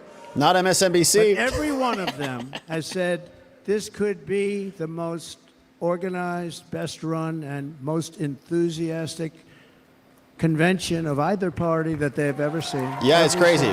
It's Van Jones is freaking out. He's like, I've never seen anything like this, man. It's like Obama. And it's true. It's true. And there's love in the room. There's great love in the room. Look at the crowd, man. Beautiful. So I better finish strong. Otherwise, we'll blow it. And we can't let that happen. Now, this was great. All of the great people that spoke, and everybody hit a home run. I mean, there's not one that I can think of where I said, oh, gee, that wasn't great. Every single person. That's good, man. I refuse to be the only one. Don't do that to me. They're already getting ready. See, I gave them an idea. Now, this was a great convention. This was, I think we're actually going to go home and miss it. You know, usually with a first of all, look at these crowds. You'd never have this at a convention. Look at these. It's amazing. Tons of people. Great energy. You can feel it through the inner tubes, man. Love. It's about love. This week, the entire Republican Party has formally adopted an agenda for America's renewal, and you saw that agenda. And it's very short compared to the long, boring, meaningless agendas of the past, including the Democrats. They write these things that are hundreds of pages long, and they never read them after they're done. In their case, fortunately, they don't read them because they're pretty bad. It's a series of bold promises that we will swiftly implement when you give us a Republican House. And Mr. Speaker, thank you very much. We have our great Speaker of the House with us tonight. Mr. Speaker, thank you very much. Thank you. A Republican Senate, we have many senators here. And send me back to our beautiful White House just a few short months from now. We're talking about just months. It can't come fast enough. We have to get it done. First, we must get economic relief to our citizens. Starting on day one, we will drive down prices and make America affordable again. We have to make it affordable. It's not affordable. People can't live like this. Under this administration, our current administration, groceries are up 57%, gasoline is up 60 and 70%, mortgage rates have quadrupled. And the fact is, it doesn't matter what they are because you can't get the money anyway. You can't buy houses. Young people can't get any financing to buy a house. The total household costs have increased an average of $28,000 per family under this administration. Republicans have a plan to bring down prices and bring them down very, very rapidly. By slashing energy costs, we will in turn reduce the cost of transportation, manufacturing, and all household goods. So much starts with energy. And remember, we have more liquid gold under our feet than any other country by far. We are a nation that has the opportunity to make an absolute fortune with its energy. We have it, and China doesn't. Under the Trump administration, just 3.5 years ago, we were energy independent, but soon we will actually be better than that. We will be energy dominant and supply not only ourselves, but we will supply the rest of the world with numbers that nobody has ever seen, and we will reduce our debt $36 trillion. We will start reducing that, and we will also reduce your taxes still further. Next, and by the way, they want to raise your taxes 4 times, think of it. And all my life I grew up watching politicians. I always loved politics, I guess. I was on the other side. I'd watch and they were always talking about, we will give you a tax cut. We will give you a tax cut. My whole life I was watching, I will give you a tax cut, right, Mr. Congressman? That's all they talked about. This is the only administration that said, we're going to raise your taxes by 4 times what you're paying now, and people are supposed to vote for them? I've never heard it. You're paying too much. We're going to reduce your taxes still further. We gave you the biggest one, as I said. We're going to give you more, and it's going to lead to tremendous growth. We want growth in our country. That's what's going to pay off our debt. Good. It's our money, and the government squanders it. Thank you, Mr. President. We appreciate that. And next, we will end the ridiculous and actually incredible waste of taxpayer dollars that is fueling the inflation crisis. They spent trillions of dollars on things having to do with the Green New Scam. It's a scam. And that's caused tremendous inflationary pressures in addition to the cost of energy. And all of the trillions of dollars that are sitting there not yet spent, we will redirect that money for important projects like roads, bridges, dams, and we will not allow it to be spent on meaningless Green New Scam ideas.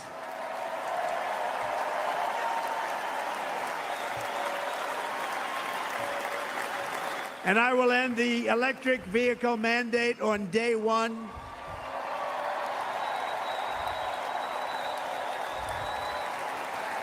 What a ridiculous thing we have. The U.S. Mandates. auto industry from More complete mandates. obliteration, which is happening right now, and saving U.S. customers thousands and thousands of dollars per car. And right now, as we speak, large factories just started are being built across the border in Mexico. So with all the other things happening on our border, and they're being built by China to make cars and to sell them into our country. And wreck our industry. No anything. Yep. The United Auto Workers ought to be ashamed for allowing this to happen. And the leader of the United Auto Workers should be fired immediately. And every single auto worker, union and non-union, should be voting for Donald Trump, because we're going to bring back car manufacturing, and we're going to bring it back fast. It all sounds good, man. They're building some He's of the going largest after those states. auto plants anywhere in the world. Think of it, in the world. We're going to bring it back. We're going to make them. We don't mind that happening, but those plants are going to be built in the United States, and our people are going to man those plants.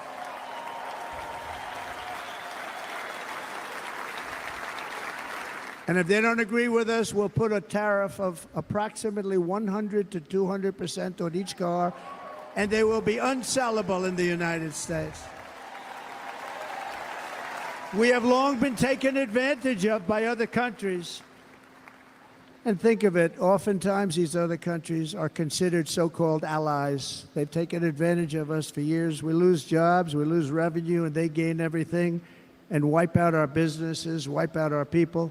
I stopped it for 4 years. I stopped it, and we're really ready to make changes like nobody had seen before. And remember, USMCA, I got rid of NAFTA, the worst trade deal ever made, and replaced it with USMCA, which is, they say, the best trade deal ever made. Actually, probably the best trade deal was the deal I made with China, where they buy $50 billion worth of our product. They were buying nothing. They buy $50 billion worth. They had to. But I don't even talk about it because of COVID. I don't even mention it, frankly, because of what happened with the China virus. Yes. We remember, Mr. President. We will not let countries come in, take our jobs, and plunder our nation. They Yes. can do that. Great word. They plunder our nation. The way they will sell their product in America is to build it in America. Very simple. Build it in America and only in America. Ransacking our country like we're an economic zone. Just tax cattle sucking us dry.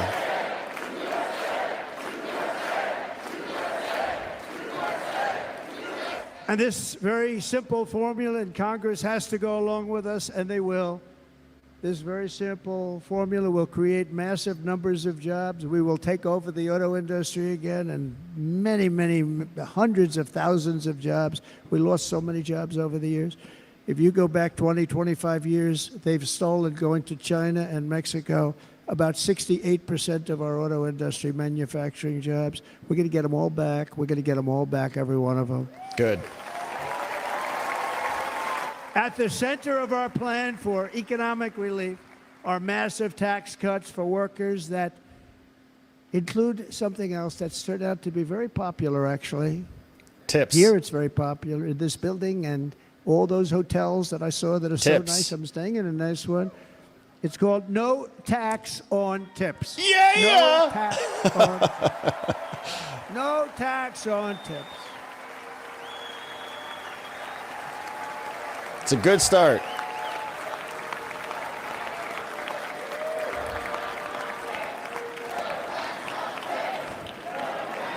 I got that by having dinner recently in Nevada, where we're leading by about 14 points. Good. That'll be a Hello. nice pickup. I'll see you there very soon, everybody. And we're having dinner at a beautiful restaurant in the Trump building on the Strip, and it's a great building. And the We were just waitress there. comes over. How's everything going? Really nice person. How's everything? Oh, sir, it's so tough. The government's after me all the time on tips, tips, tips. I said, well, they give you cash. Would they be able to find him? She said, actually, and I didn't know this. She said, very little cash is given. It's all put right on the check. And they come in and they take so much of our money, it's just ridiculous. And they don't believe anything we say. And they've just hired, as you know, 88,000 agents to go after Yes, them we even know. more. Thanks, Joe Biden, loser. And I said, this shows the level of my, most people go out, they hire consultants, they pay them millions of dollars. But I said to her, let me just ask you a question. Would you be happy if you had no tax on tips? She said, what a great idea. I got my information from a very smart waitress. That's There we better go. than spending millions That's of America. dollars. That's all we need, baby. Thank you, Mr. President. I'll take care of that. Everybody loves it. Waitresses and caddies and drivers. Yeah. Everybody. It's a large group of people that are being really hurt badly. They make money. Let them keep their money. Taxes are destructive. I'm going to protect Social Security and Medicare. Democrats are going to destroy Social Security and Medicare because all of these people, by the millions they're coming in, they're going to be on Social Security and Medicare and other things, and you're not able to afford it. They are destroying your Social Security and your Medicare. Under my plan, incomes will skyrocket, inflation will vanish completely, jobs will come roaring back, and the middle class will prosper like never, ever before, and we're going to do it very rapidly.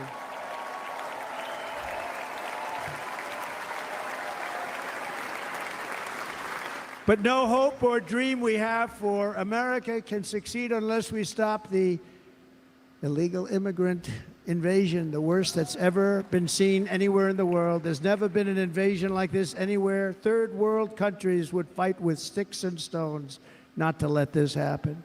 The invasion at our southern border, we will stop it, and we will stop it quickly. You heard Tom Homan yesterday. Tom Homan, put him in charge and just sit back and watch. Brandon Judd, the Border Patrol, he's incredible. These guys, they really, their job is a lot easier if they don't have to do anything, but they want to. They're patriots. Brandon Judd, Border Patrol, ICE. ICE goes out. You have to see what ICE does with MS-13. You have these are probably the worst gang, and ICE goes in there. And I know a lot of people in these rows here, and they're very tough people, but they don't want to do this job. They'll go into a pack of MS-13 killers. They're the worst, probably the worst gangs in the world. Yeah. And we have thousands of them. I moved thousands and thousands out in my 4 years. We moved them out, and it was a pleasure. But ICE would go right into a pack of these killers, and you see fists flying, you see everything flying, and then they take them. They put them in a paddy wagon. They take them back, and they get them out of our country. And the other countries weren't accepting them back, and I called up, and I said, tell them that we're not giving them economic aid anymore. And the next day, I got calls from all of these countries that were terminated. Billions of dollars we spend on economic aid to countries that does us, frankly, no good. And the next day I was called by everybody. I couldn't take all the calls. Sir, what's the problem? I said, you won't take your killers back that you sent in caravans into America. You won't take them back. Well, sir, if you'd like us to, we would give very serious consideration to doing that. And within 24 hours, they were being taken back. For years and years, when I first came in, they said President Obama tried to get him to go back, and they wouldn't accept him. They'd put planes on the runway so you couldn't leave the plane. They'd close the road so you couldn't take the buses. It was They'd all Obama. have to turn Yeah. back. As soon as I said no more economic aid of any kind to any country that does that, they called back and they said, sir, it would be a great honor to take MS-13. We love them very much. Yeah, bring him in. Yeah, bring him in here. No problem. Yeah, come on in. No problem at all. We We'll love take them him. very much, sir. We'll take them back. At the heart of the Republican platform is our pledge to end this border nightmare and fully restore the sacred and sovereign borders of the United States of America, and we're going to do that on day one.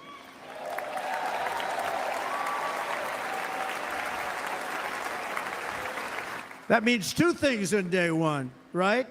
Drill, baby, drill, and close our borders. Nice.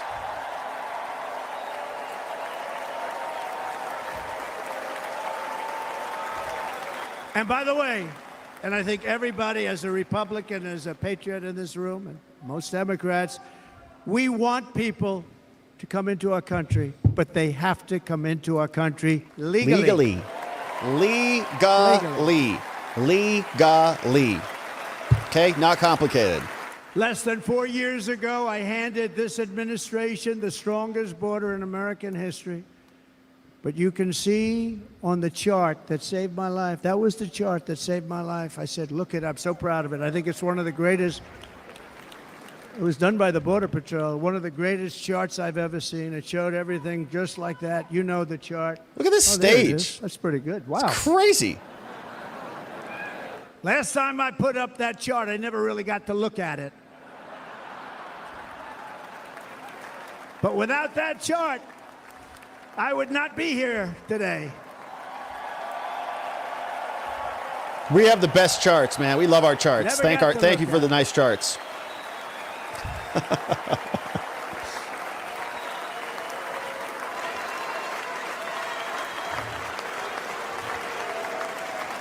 I said, you got to see this chart. I was so proud of it. And by the time I got to there, I never got to see it that day.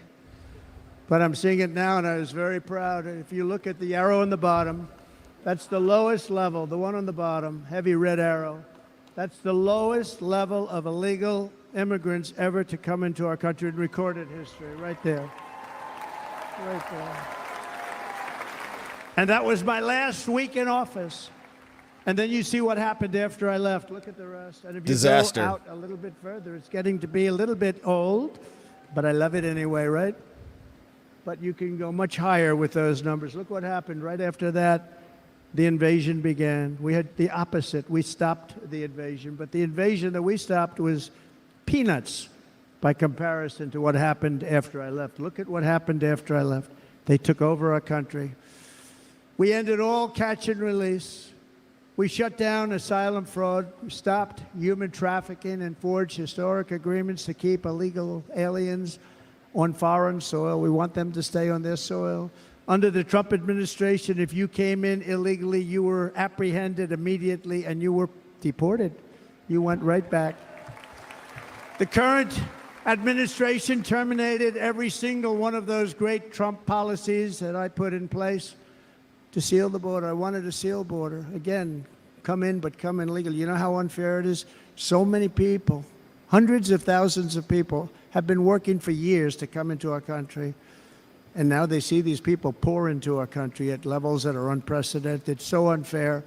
And we're not going to do it. We're not going to stand for it. They suspended wall construction, ended remain in Mexico. We had a policy, remain in Mexico. You think that was easy to get from the Mexican government? But I said, you must give it to us. If you don't give it to us, there will be repercussions. And they gave it to us, but not easy.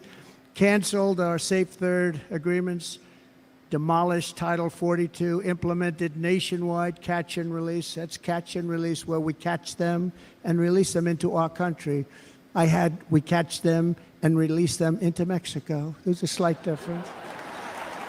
And took 93, this is the previous administration, 93 executive actions to throw open our border to the world. The entire world is pouring into our country because of this very foolish administration. The greatest invasion in history is taking place right here in our country. They are coming in from every corner of the earth, not just from South America, but from Africa, Asia, the Middle East. They're coming from everywhere. They're coming at levels that we've never seen before. It is an invasion indeed, and this administration does absolutely nothing to stop them. They're coming from prisons. They're coming from jails. They're coming from mental institutions and insane asylums. You know, the press is always on me because I say this. Has anyone seen Silence of the Lambs? Yeah. The late, great Hannibal Lecter. He'd love to have you for dinner. That's insane asylums. They're emptying out their insane asylums. And terrorists are coming in at numbers that we've never seen before. Bad things are going to happen. Meanwhile, our crime rate is going up while crime statistics all over the world are going down because they're taking their criminals and they're putting them into our country. A certain country, and I happen to like the president of that country very much, but he's been getting great publicity because he's a wonderful shepherd of the country. He says how well the country's doing because their crime rate is down. And he said he's training all of these rough people. They're rough. He's training them. And I've been reading about this for 2 years. I think, oh, that's wonderful. Let's take a look at it. But then I realized he's not training them. He's sending all of his criminals, his drug dealers, his people that are in jails. He's sending them all to the United States. And he's different in that he doesn't say that. He's trying to convince everybody what a wonderful job he does in running the country. Well, he doesn't do a wonderful job. And by the way, if I ran one of the countries, many countries from all over, I would be worse than any of them. I would have had the place totally emptied out already.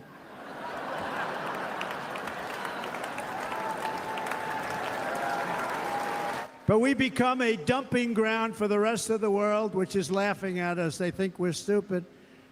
And they can't believe that they're getting away with what they're getting away with, but they're not going to be getting away with it for long. That's what I can tell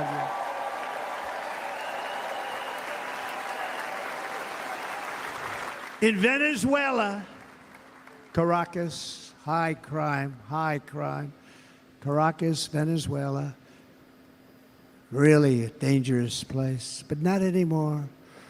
Because in Venezuela, crime is down 72%. In fact, if they would ever win this election, I hate to even say that, we will have our next Republican convention in Venezuela because it will be safe. Our cities will be so unsafe, we will not be able to have it there. In El Salvador, murders are down by 70%. Why are they down? Now, he would have you convinced that because he's trained murderers to be wonderful people. No. They're down because they're sending their murderers to the United States of America. This is going to be very bad. And bad things are going to happen, and you're seeing it happen all the time. That's why, to keep our families safe, the Republican platform promises to launch the largest deportation operation in the history of our country. Even larger than that of President Dwight D. Eisenhower from many years ago. You know, he was a moderate, but he believed very strongly in borders. He had the largest deportation operation we've ever had. Just recently, I spoke to the grieving mother of Jocelyn Nungary, a wonderful woman, a precious 12-year-old girl from Houston who last month was tied up, assaulted, and strangled to death after walking to the convenience store just a block away from her house. Terrible. Her body was dumped near the side of the road in a shallow creek, found by some onlookers who couldn't believe what they had witnessed. charged with Jocelyn's heinous murder are 2 illegal aliens from Venezuela who came across our border, were in custody, and were then released into the country by this horrible, horrible administration that we have right now. I also met recently with the heartbroken mother and sister of Rachel Morin. Rachel was a 37-year-old mom of 5 beautiful children who was brutally raped and murdered while out on a run. She wanted to keep herself in good shape. It was very important to her. She was murdered. The monster responsible first killed another woman in El Salvador before he was led into America by the White House. This White House let them in. He then attacked a 9-year-old girl and her mother in a home invasion in Los Angeles before murdering Rachel in Maryland.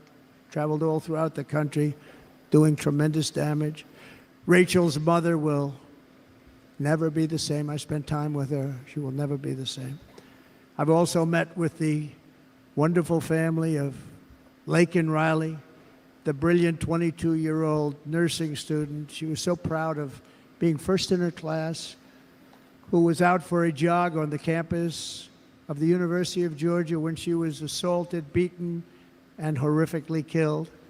Yet another American life was stolen by a criminal alien set free by this administration. And these were incredible people we're talking about. These were incredible people who died.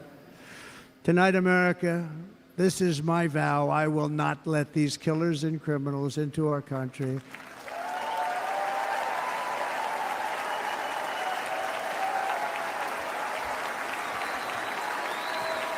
I will keep our sons and daughters safe.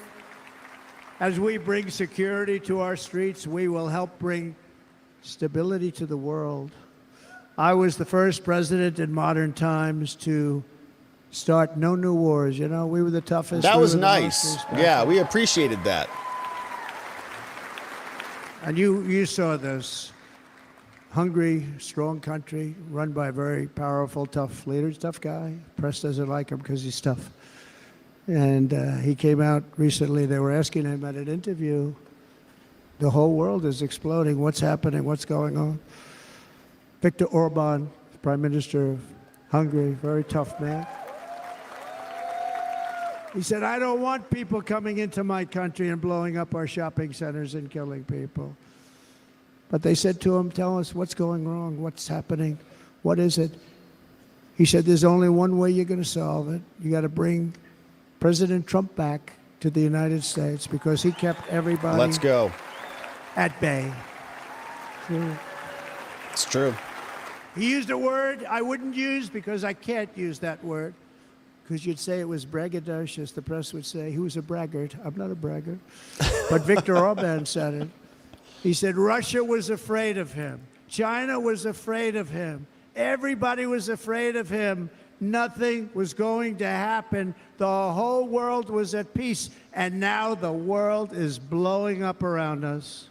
All of these things that you read about were not going to happen. They were not happening. Under President Bush, Russia invaded Georgia. Under President Obama, Russia took Crimea. Under the current administration, Russia is after all of Ukraine. Under President Trump, Russia took nothing. Zero. Big fat zero. Why is that?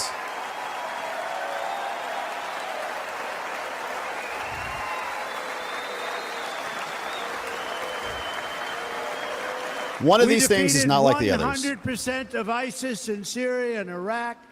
Something that was said to take 5 years, sir. It'll take 5 years, sir. We did it in a matter of a couple of months. We have a great military. Our military is not woke. It's just some of the fools on top that are woke.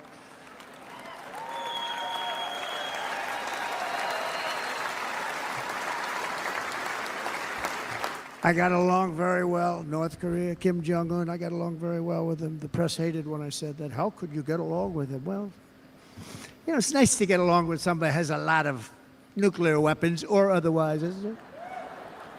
See, in the old days, they'd say, that's a wonderful thing. Now they say, how could you possibly do that? Because they want war. But no, I got along with them, and they don't want peace. We stopped the missile launches from North Korea. Now North Korea is acting up again, but When we get back, I get along with him. He'd like to see me back, too. I think he misses me, if you want to know the truth. Why wouldn't he? Our opponents inherited a world at peace and turned it into a planet of war. We're in a planet of war. Look at that attack on Israel. Look at what's happening with Ukraine. The cities are just bombed out. How can people live like that where buildings, massive buildings, are falling to the ground? It began to unravel with the disastrous withdrawal from Afghanistan, the worst humiliation in the history of our country. We have never had a humiliation like that. 13 heroic U.S. service members were tragically and needlessly killed. 45 others were horrifically wounded. Nobody ever talks about them. No arms, no legs, face explosions. Terrible. Horrifically wounded. And by the way, we have a man in this room who's running for the U.S. Senate from a great state, Nevada, named Sam Brown, who paid the ultimate price. Thank you, Sam. Thank you, Sam. Thank you, Sam. Thank you, Sam. Thank you. He paid the biggest price probably ever paid by anybody that is running for office, and I think he's going to do great. Thank you, He's Sam. running against a person that is not good, not respected, a total lightweight. But Sam, I think, paid, really, we were talking about it with some of the senators that are working so hard for Sam, but he paid the biggest price of any senator ever to run for the Senate. I don't think anybody's ever what he did. He person, and he's running, and I hope that everybody gets out and votes for Sam Brown.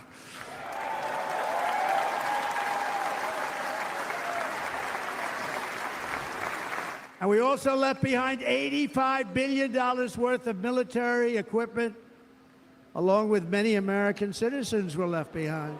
Idiotic. Terrible. Many American citizens. Emboldened by that disaster, Russia invaded Ukraine. They saw this group of people that were incompetent. We took the soldiers out first. No, we're going to take the soldiers out second. If they would have followed my plan, we had a great plan.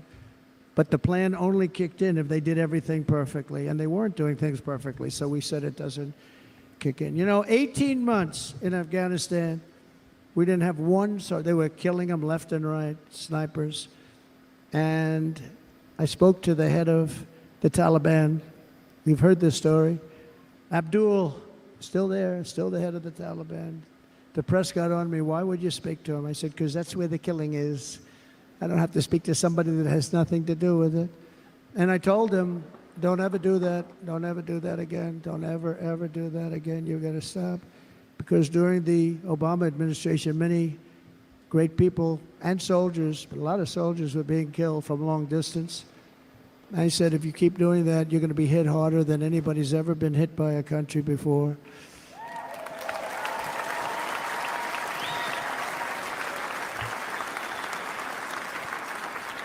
And he said, I understand, Your Excellency. He called me Your Excellency. I wonder if he calls the other guy Your Excellency. I doubt it. No. The other guy gave him everything. I mean, what kind of a deal was that? He walked out, gave him everything. Do you know that right now Afghanistan is one of the largest sellers of weapons in the world? They're selling the brand new, beautiful weapons that $80 billion, yeah, gave them. But think of it. He actually said to me, but why do you show me a picture of my home? I said, you'll have to ask your people or one of your wives.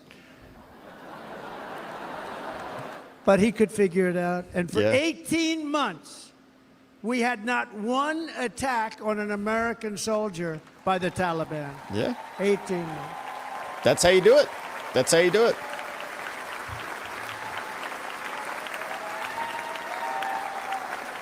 And then we had that horrible day where soldiers were killed. I was not there because of a ridiculous election.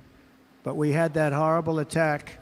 And they also gave up Bagram, one of the biggest bases anywhere in the world, air bases anywhere in the world, the longest runways, most powerful, hardened, thickened runways. We gave it up. And I liked it not because of Afghanistan. I liked it because of China. It's 1 hour away from where China makes their nuclear weapons.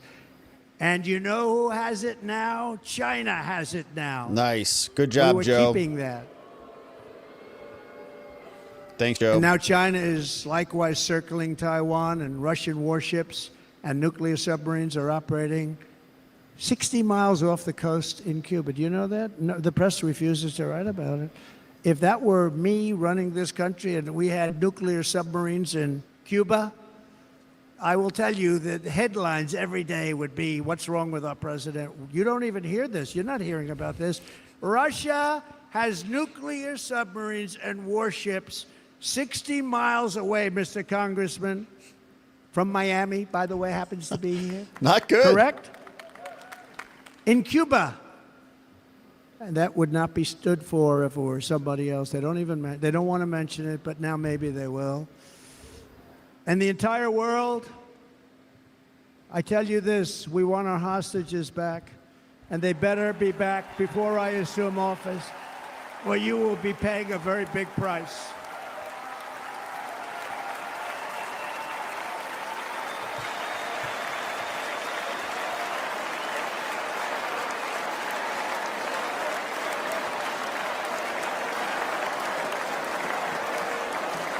With our victory in November, the years of war, weakness, and chaos will be over. I don't have wars. I had no wars other than ISIS, which I defeated, but that was a war that was started. We had no wars. I could stop wars with a telephone call.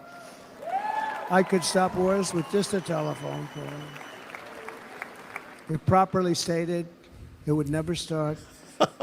He's right. He's so right. Replenish our military and build an Iron Dome missile defense system to ensure that no enemy can strike our homeland. And this great Iron Dome will be built entirely in the USA. We're going to build it in the USA. And Wisconsin, just like I gave you that massive ship contract, and you're doing a very nice job, Governor, right? Thank you, Governor. And they're doing a great job. In fact, I had a little design change, and we gave them a tremendous for essentially what we used to call destroyers. These are now the most beautiful. They look like yachts. I said, we have to take the bow, and we have to make it a little nicer and a little point at the top instead of a flat nose. And the people at the shipyard said, this guy sort of knows what he's doing. We have the most beautiful ships, right, Governor? And everybody sitting over there. And it was a big contract that everybody wanted. I gave it to Wisconsin, but we're going to have a lot of that built right here in the state of Wisconsin and all other states. Israel has an Iron Dome. They have a missile defense system. 342 missiles were shot into Israel, and only one got through a little bit. It was badly wounded. It fell to the ground, but most of them are. And Ronald Reagan wanted this many years ago, but we really didn't have the technology many years ago. Remember, they called it Starship, spaceship, anything to mock him. But he was a very good president, very, very good. But now we have unbelievable technology. And why should other countries have this and we don't? No, we're going to build an Iron Dome over our country, and we're going to be sure that nothing can come and harm our people. And again, from an economic development standpoint, we're going to make it all right here. No more sending it out to other countries in order to help. It's America first. America first. We will unleash the power of American innovation. And as we do, we will soon be on the verge of finding the cures to cancer, Alzheimer's disease, and many other diseases. We're going to get to the bottom of it. You remember this gentleman that I don't want to mention other than one time I had to, because when you say the 10 worst, I had to do it. I didn't want anybody to be confused. But this man said, we're going to find a cure to cancer. Nothing happened. We're going to get to the cure for cancer and Alzheimer's and so many other things. We're so close to doing something great. But we need a leader that will let it be done. We will not have men playing in women's sports. That will end immediately. Good.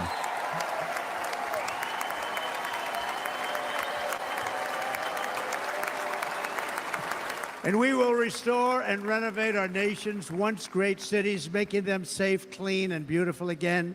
And that includes our nation's capital, which is a horrible killing field. So many things. They leave from Wisconsin, they go to look at the Washington Monument, they end up getting stabbed, killed, or shot.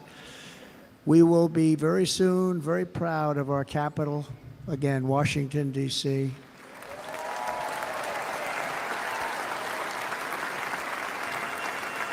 America is on the cusp of a new golden age, but we will have the courage to seize it. We're going to take it. We're going to make it a current. We're going to bring this into a golden age like never seen before. Remember this, China wants to do it. Japan wants to do it. All of these countries want to do it. We have to produce massive amounts of energy if we're going to produce the new. If you look at some of the things that have been done and some of the things that we're going to do, but AI needs literally twice the electricity that's available now in our country. Can you imagine? But instead, we're spending places where they recharge electric cars. They built 8 chargers at a certain location toward the Midwest. 8 chargers for $9 billion. Think of them as a tank for filling up your gas. Think of it. They $1 billion. spent $9 billion on 8 chargers, 3 of which didn't work. And if you were going to do this all over our country, this crazy electric mandate, if you're going to do this and by the way, I'm all for electric. They have their application. But if somebody wants to buy a gas-powered car, gasoline-powered car, or a hybrid, they're going to be able to do it. And we're going to make that change on day 1.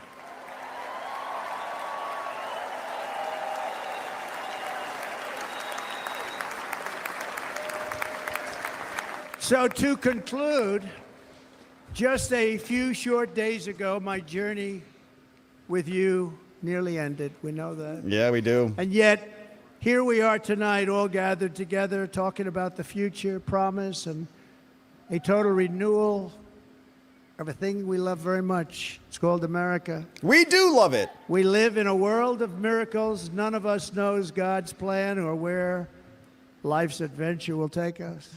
I want to thank Franklin Graham for being here tonight. He's an outstanding man. He wrote me a note recently. I have a lot of respect for him. Sir, I love your storytelling. I think it's great in front of these big rallies. But, sir, please do me one favor. It won't make any difference. Please don't use any foul language. I was a little embarrassed. He said, it won't make any difference. Actually, it does. The story's not quite as good, but I've been very good. The story is not quite as good, to be honest. I've got to have a little talk with Franklin, but he was great. He's a great gentleman. His father was so incredible, Billy Graham. My father used to love taking me to see Billy Graham. My father would take me to see Billy Graham at Yankee Stadium. He had the biggest rallies you've ever seen. He was a good rally guy, too. But he'd get up, and he was a fantastic guy. My father loved Billy Graham. But I love Franklin Graham. I think Franklin's been fantastic, and I'm working so hard to adhere to his note to me. I'm working hard on it, Franklin.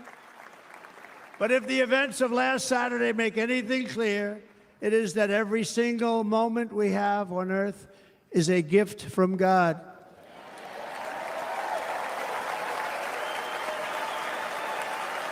We have to make the most of every day for the people and for the country that we love.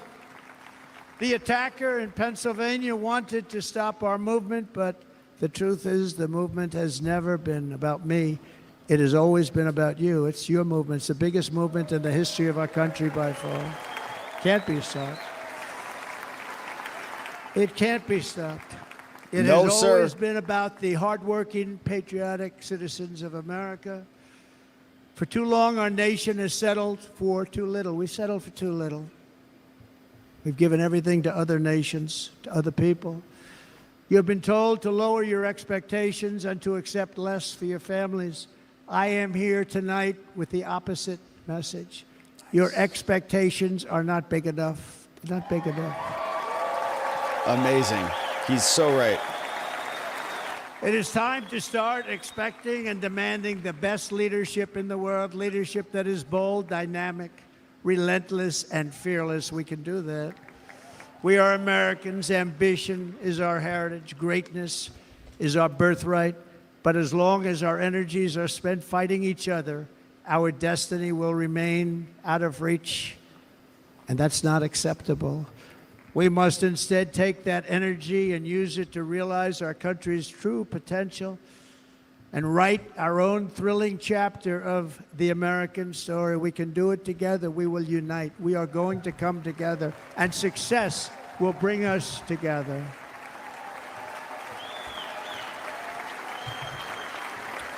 It is a story of love, sacrifice, and so many other things.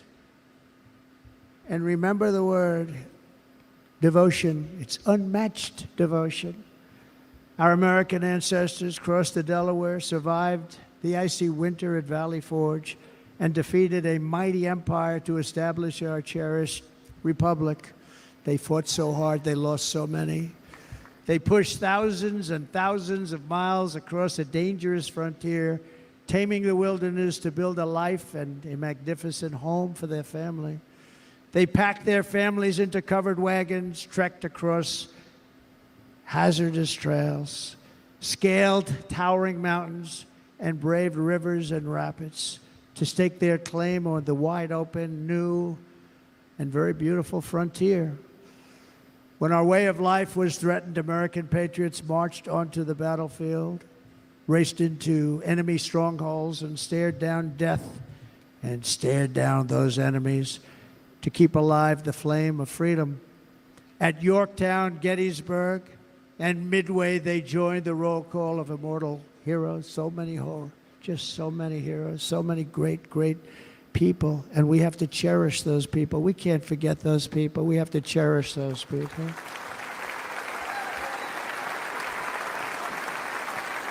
And building monuments to those great people is a good thing, not a bad thing. They saved our country. Remember our forefathers, yes. No challenge was too much. No hardship was too great. No enemy was too fierce.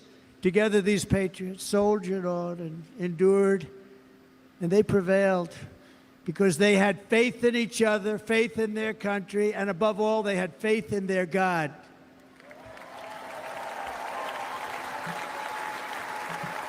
Just like our ancestors, we must now come together, rise above past differences.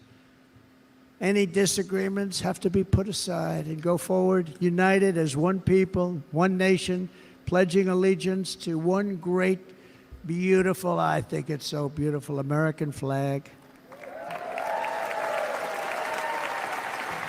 Tonight I ask for your partnership, for your support, and I am humbly asking for your vote. I want your vote. Oh, you're going to get it. Make our country great again. Every day I will strive to honor the trust you have placed in me, and I will never, ever let you down. I promise that. I will never let you down.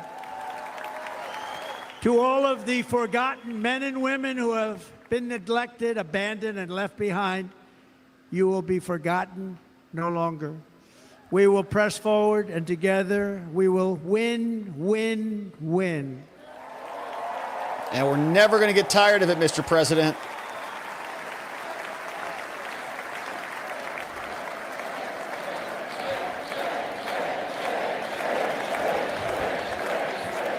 Win, win, win, win, win, win. Nothing will sway us, nothing will slow us, and no one will ever stop us. No matter what dangers come our way, no matter what obstacles lie in our path, we will keep striving toward our shared and glorious destiny, and we will not fail. We will not fail. Together, we will save this country.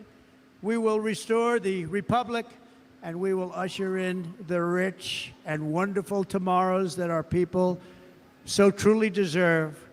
America's future will be bigger, better, bolder, brighter, happier, stronger, freer, greater, and more united than ever before. Heck yeah, let's go!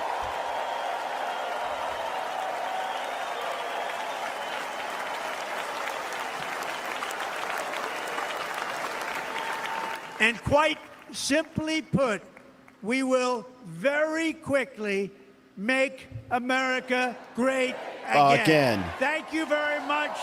Thank you very much, Wisconsin. God bless you. God bless you, Wisconsin, and God bless the United States of America, our great country. Thank you very much, everybody. Thank you, Mr. President. Woo! What a speech, my friends. President Trump, now officially the Republican nominee going into 2024. And what a speech, man. I see some people on X saying, it was a long speech and all that stuff. Well, guess what? That's how much time it takes to make America great again, okay?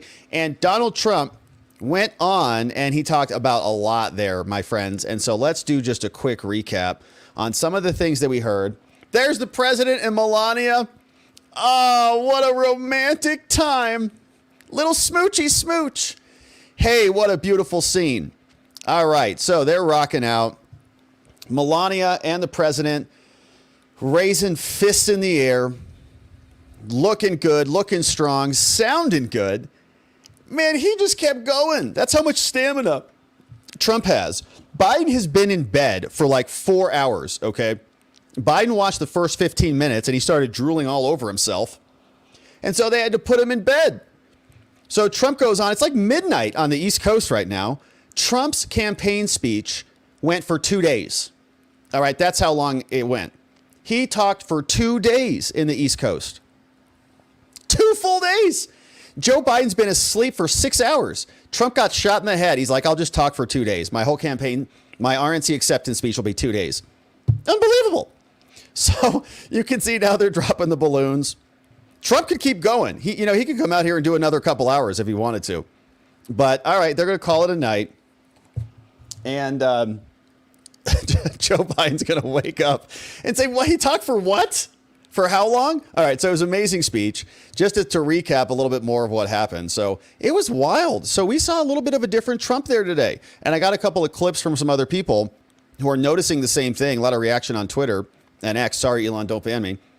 On X, saying that a lot of people saw something different from the president. And the word that came to my mind, I don't know if you agree with it or not, but when he came out and when he started talking about the assassination, and when he said that line that it is too painful to tell, so he's going to tell it one time and it's too painful to tell from there. We're not going to talk about it anymore.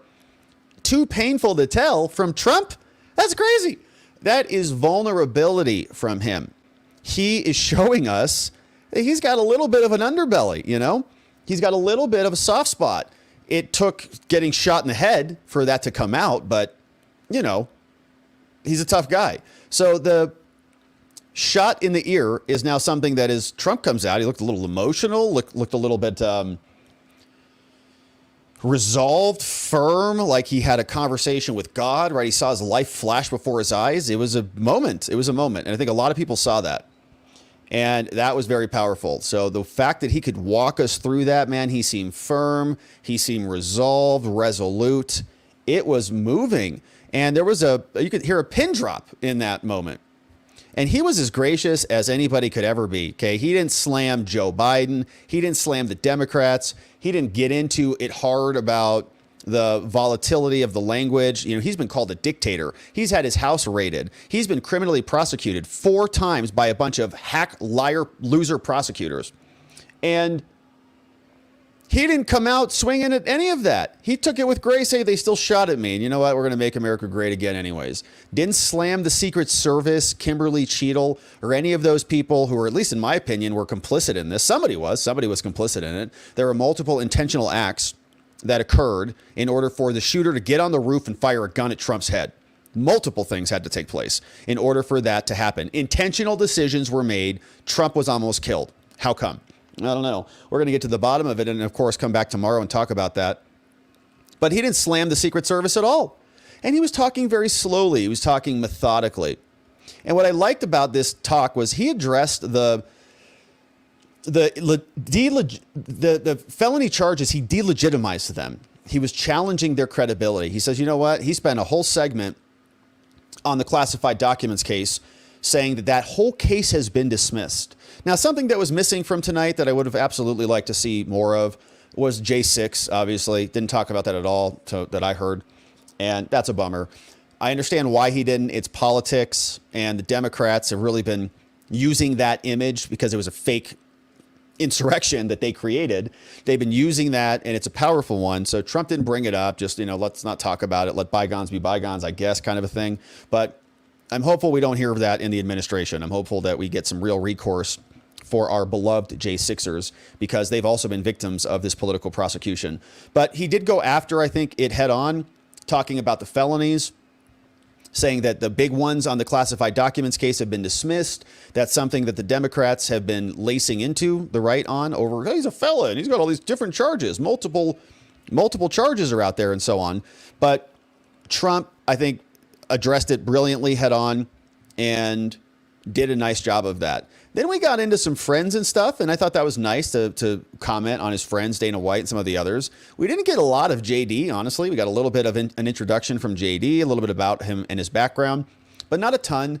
And then he went into some policy, right? Talked a lot about immigration tonight, very strong on that, talking about a deportation operation and all sorts of different things, which I'm sure the left will key in on. And they'll go hard on some of those topics. But I think if you look at the polls on some of that, it's on Trump's side. I think a lot of people agree with him. And we've played many clips here on this channel about people in the cities wondering where all these illegal aliens are coming from and why are they taking over their schools? Why are they taking over their hospitals, taking over their communities? And all in all, it was powerful. I think it was a different side of Trump that we've not seen before. Like I said, I think he seems a little bit more vulnerable and a little bit more human. That's the power of vulnerability. Truth is, we're all human beings. The truth is, we all have vulnerability. We all have weaknesses. We all have strength, no doubt, but we all have little soft underbellies. And when you hide that from people, when you show that you do not have that, everybody knows instinctively and inherently that you're hiding something, that there's something a little bit off. Now, we have been following Trump, obviously, for a while. And I and you know that there's a distinction between the public-facing Trump and the man that is Trump, and we know that a lot of what we hear is the public front stage Trump, but there's also a backstage Trump. And like every human, backstage Trump is a human. And tonight he was really capable of putting that on full display. And I think a lot of the time, a lot of the criticism from people has been like, well, what if Trump just came out and like shed a tear? Like, oh my gosh, the dude is a human. And that would cause people who haven't seen that side of him to see that side of him, right? We get it. We understand it. But others do not. Now he was out putting that on full display for all of America. I mean, it was just outstanding. I think that it's going to work very well for him. I think that there will be criticisms about the length of the speech. And there's a concept in the legal space that we talk a lot about, which is, you don't oversell, right? You don't need to sell. When the point has been made, you don't belabor it. Okay, cut it off and make your point. But I think that tonight, this was about energy. This was about the rally, the people there, and Trump absolutely nailed it. And I don't think I'm alone on that. In fact, some people who are mega lefties, like this guy Jason from All In Podcast, he agrees. He says Trump is flipping every moderate I know. Many lifelong Democrats, also by speaking to all Americans in a way that the Democrats have forgotten how to do. There are a lot of lessons here for the Democrats, from having a positive message to building a big non-judgmental tent and listening to your constituents as opposed to lecturing them. Take notes. There's a reason why you're getting shellacked. He's not alone. Cernovich was watching this tonight. Says, this is a different Trump, according to people watching the speech with me. I like him now. Yes, because it's like they can see that, right? They can see that vulnerability a little bit. Oh, wait. Okay, he's actually a human. He's not this weird Nazi caricature that the left has made him out to be. Not like that at all. And so What a night. Here was a post from this guy, Sam Brown. A lot of people were asking about this. Thank you, President Trump. I was proud to serve before. I'll be proud to serve again alongside you. So you can see he was injured in an IED. And he was there. Trump called him out specifically and gave him a major shout out. And so it was just a heck of a night. Here is some more on the stage. Melania and Trump shouting out to everybody, saying hello to everybody. And what a night it's been. And so, my friends, let's continue to watch how this wraps up over here. And we'll say hello. We'll say thank you to some of these amazing donos and super chats that have come in. And so thank you so much for sending these in. Let's say what's up. We got Sheila P. brought in 10 new membos. My friends, the membos are... We're grateful for our membos, man. We love our membos. I was going to say we had a membos only morning stream this morning. So if you missed that, we talked a lot about the other happenings. So new membos, we got a bunch of them coming in. Thank you, Sheila, for bringing them in. Dolphin Fan is the man, bringing in 5 new membos. Thank you, Dolphin Fan. You guys know who you are. We got Steph D, 1 new membo, got gifted from Steph D. Sheila P bringing in 5 more membos. Thank you, Sheila, for doing that one. We got 3D Slug, also became a YouTube membo. And Chubby, 1-year anniversary, man. Time flies. And it's been a heck of a year. Sheila P is bringing in even more membos, man. Sheila P has brought in so many new membos. Thank you, Sheila, for doing that. Crisis at the Border says demos will put Kamala up knowing she will lose and will no longer have to deal with her in 2028. I think the real concern I have about swapping Joe Biden out, 2 things. One, morally, it's reprehensible because he caused this problem, so he should be responsible for it. You don't get to go in, burn an entire country down, and then say, well, okay, well, somebody else can fix this. No. Joe Biden should be on the ticket so he can be held accountable, and the people can pay respects to his performance at the ballot box. But number 2, it's plausibility. Kamala Harris will be more plausible than Joe. Joe is the least plausible candidate to win ever. No one's going to believe it if they try to rig it. If they put someone else in, they'll try to rig it. Tony, hey, what's up? 20 new membos, my friends. And it's a little late, so we're going to not read all of the invitations, but welcome aboard. 20 new membos. Thank you, Tony, for bringing them in. You know who they are. Someone has some nice comments for me in the chat. That's fun. Hey, what's up, Rita? Hey, became a new YouTube member. Thank you, Rita, for becoming a new member. We'll see you tomorrow on the members only morning stream. We got Brian Yu says, gotta love those Hulk pythons, man. He looked good. Dude's like in his 70s or something. It looks great. Shout out to the Hulk. Hey, Sheila P says, not endorsing Kamala will turn off black voters. And we've heard that said specifically from black female voters. Said we played a clip here where she said, we're going to blow the whole party up if they try that. Good luck if they try that. Thank you, Sheila. Hey, Joe says his approach is softer and he also has babies on his lap. Yeah, he's much more human and approachable and authentic. The vulnerability matters. And look at the beautiful family up there on the stage. What a great night. Hey, Bob Dole's in the house. Welcome back, Bob Dole. Good to see you. 10 membos coming in, courtesy of Bob Dole. You know who you are. Thanks and welcome aboard, new membos. Mima also brought in 5 more membos. Amazing. Thank you, Mima, for being here and for bringing in the newest of membos. Gary Carter. What's up, Gary? Very nice dono. Thanks for this big one tonight. Says, thank you for representing us, Robert. Representing U.S. My friends, it's great. It's my pleasure to be here. It's been an honor to be able to spend this evening with you together. Talking through all this. It's historic. It's wild. And to hear that speech from Trump, that assassination speech, oh my goodness. Crazy. Thank you, Gary. Really means a lot. Thanks for supporting us. So grateful to have you here. We have this one from Mythical. Mythical Nice Guy gifted 1 new membo on the YouTubes. Thank you for that, Mythical. Terry's here. What's up, Terry? Thanks for those sending in a nice dono. Joe says, get food, get water, get extra gas, get whatever supplies you can. Things are extremely risky right now. Everything is fragile. Yeah, I agree with that. I mean, gosh, Trump said it tonight, but he wasn't really supposed to be here. Somebody else wanted him gone. This whole thing would have gone a lot differently if we had Nikki Haley and Ron DeSantis clawing all over each other for the nomination. So scary stuff. Hey, Sheila, 5 more membos coming in. Thank you, Sheila, for that. Welcome, new membos. Sheila, amazing. We've got this one from David D. Says, YouTube started an AI called Gemini, which is now censoring chats and messages. You know, I got a weird notice about that in my studio. And people have been saying they've been being censored. So that makes sense. They said that they were rolling out some AI tools to suppress the audio, right? There's a lot of problems with copyright audio popping up. I try to mute the copyrighted audio because YouTube catches it and then they flag your streams. So they have a new tool that's going to like allow you to silence that stuff, and it must also be censoring people. What's up, Steph D? Says, my husband discovered Alina Abba tonight. She does great legal analysis, okay? That's all. That's why he's interested in her, because of her, her nice analysis. We have this from Real with Robo. Says, Trump needs to hire MAGA people to protect him. Hopefully he does. And Rick says, love Trump and prayers go out to him and his family. Trump dancing on the Soul Train in the 80s. Is that a real video? He was getting jiggy with it. We got this one from Sheila P. 10 new members. Sheila, I don't know how many total members that is tonight, but we're grateful for it. And new members, thank you to Sheila for that. We got Ray Ronk. Says, I am an eternal realist, and I can't wait to see what is coming. Looking forward to the future for a change. Yeah, it does feel like something has happened, right? Like there's divine intervention, the divine inspiration.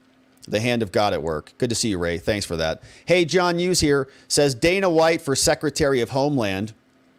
Okay, yeah, and you could just bring in a bunch of UFC fighters and put them on the border. How about that? Hey, a little weird.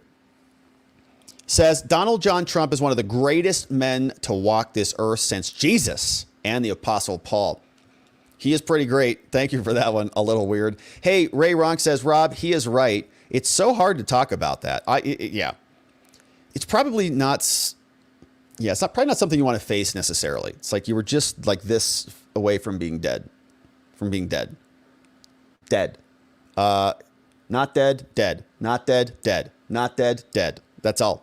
That's it.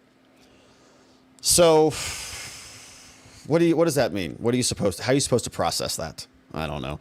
Hey, what's up, Ray? Says, thank you for doing this, Rob. I cannot think of a better community to share this great man's message with. I'm with you, Ray. It's like, of course. We were debating this morning on our members only stream. What should we do tonight? Should we do a regular show? Should we stream it together? The vote was unequivocal. Let's do it together. I shouldn't have even asked. I should have known.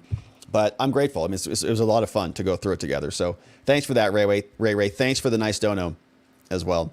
This one is from BW Gecko. Says, I've been able to see the change in President Trump ever since he was saved by the hand of God. We are not out of the woods yet, so stay vigilant. I'm with you on that, BW Gecko. We got real concerns about the Secret Service.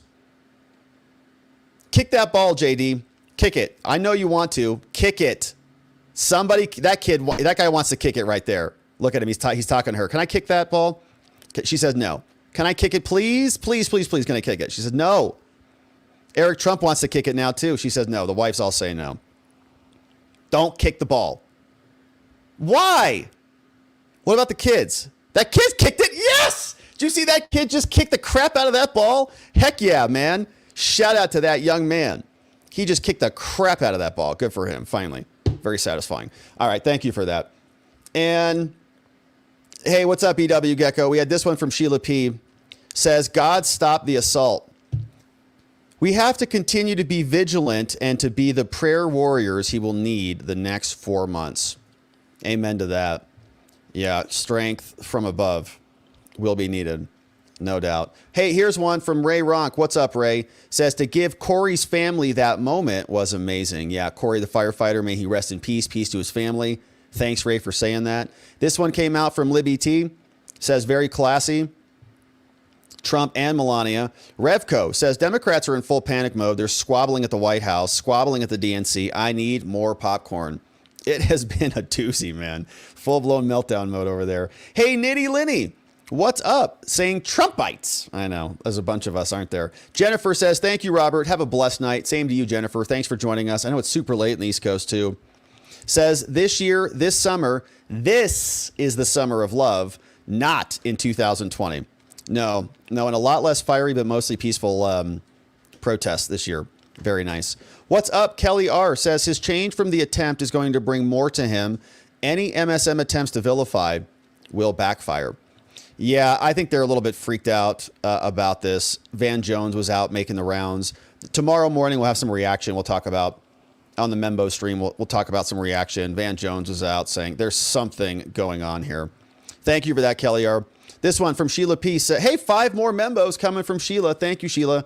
Very grateful for your contributions, and welcome aboard, new membos, courtesy of Sheila P. We have this one from April Marchman, new YouTube membo. Thanks for becoming a membo, April. We have this one from BW Gecko, says, brilliant. He told the planners of the assassination attempt that regardless if you eliminate him, you can't eliminate the movement. No doubt about it. You can't. There's no brakes on this train, baby. Hey, Christine says, thank you, Robert. Thank you, Christine.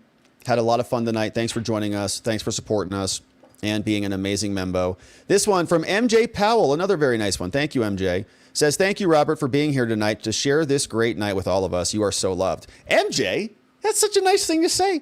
My friend, I feel it. I hope you feel it back because we love you back. I love you back. And there's nowhere else I'd rather be. So thanks for that. Grateful to have you here. We have this one from Silver Umbrella with a nice super sticker. Thank you, Silver Umbrella. Nice of you to send that one in. And Art Pollard, 7 months as a membo, says, thanks for all you do, Rob. That's why I'm here. Thank you, Art. Thanks for joining us. And my friends, really, I know there were a lot of people streaming tonight. Basically, everybody was. And so the fact that we got to hang out and that you joined us was awesome. So thanks for doing that, Art. And this one from Arnold Newton. Membo for 5 months, says Trump's speech was amazing. It was amazing. It was amazing. It was long. It was filled with all the good stuff. The assassination part was surreal. And I think you could hear a pin drop in that room. I know I could feel it here through the inner tubes. And so, my friends, thank you so much for sending in those amazing donos. Very, very grateful for you. And welcome to our new membos. New membos. We'll see you tomorrow on the members only morning stream. We're going to have a lot more to debrief over there. And we're excited to do that. We also had some locals donos, man. So let's talk about what's going on over on locals, which is our members only community. And we'd love to have you join over there. So whether you join on YouTube or join on locals, either way, we love to have you. Locals is a little different. You get a whole member community platform so you can meet people and talk offline and post stuff. So it's just absolutely amazing. And we got some awesome donos in the house. So let's say what's up to our locals friends. This one from this old guy started us out at the top of the hour, top of the show, was saying, this old guy says, Kim Cheadle needs lessons in escape and evasion. She's an embarrassment to the Secret Service and should resign immediately. Yeah, I've got some great clips from her, this old guy. We'll talk about that in the morning. But this, we'll talk about that tomorrow during the show. I've got 2 assassination segments that we couldn't get to tonight because there was just so much going on with the RNC. Art Taylor says, thanks, Rob, for bringing Watching the Watchers back for tonight, baby. Thank you, Art Taylor. Thanks for joining us. And it was a great suggestion. I'm glad we were able to settle that in the morning. Rub some dirt on it. Says, I heard that Trump-Vance campaign was asked about scheduling a VP debate. The campaign replied that they'd wait to see who Kamala chose as the VP. Yeah, it was a zinger, big time, from the Trump campaign. It was a lot of fun. Ravicus says, it doesn't matter how it ends. It's how you stand. The Rubos, you know them at rubosaltshop.com, says nothing can stop what is coming. There ain't no brakes on the Trump train, baby. Good to see the Rubos. Knox is here. Thank you, Knox, for this one. Says, happy Thursday, all. Trial prepping and watching this with you all. What a night. What a night. Well, good luck tomorrow in trial, Knox. Hopefully you didn't stay up too late. Trump kept us up past our bedtime for sure. But I'm sure you're going to be energized with MAGA greatness during your opening arguments tomorrow, or jury selection, whatever you're starting. Freedom says, drove by Trump International, was going to go in and listen in. They're not hurting for business. I couldn't park. It's busy. We were there in Vegas at Trump Hotel, and yeah, it's busy. It's busy. Valet is packed. So hopefully you got to find some place to watch it. And we're glad you joined us as we did. Chubby says, I've never experienced or experimented with hallucinogens. Okay. But I'm curious about what that guy talking to Blitzer is on.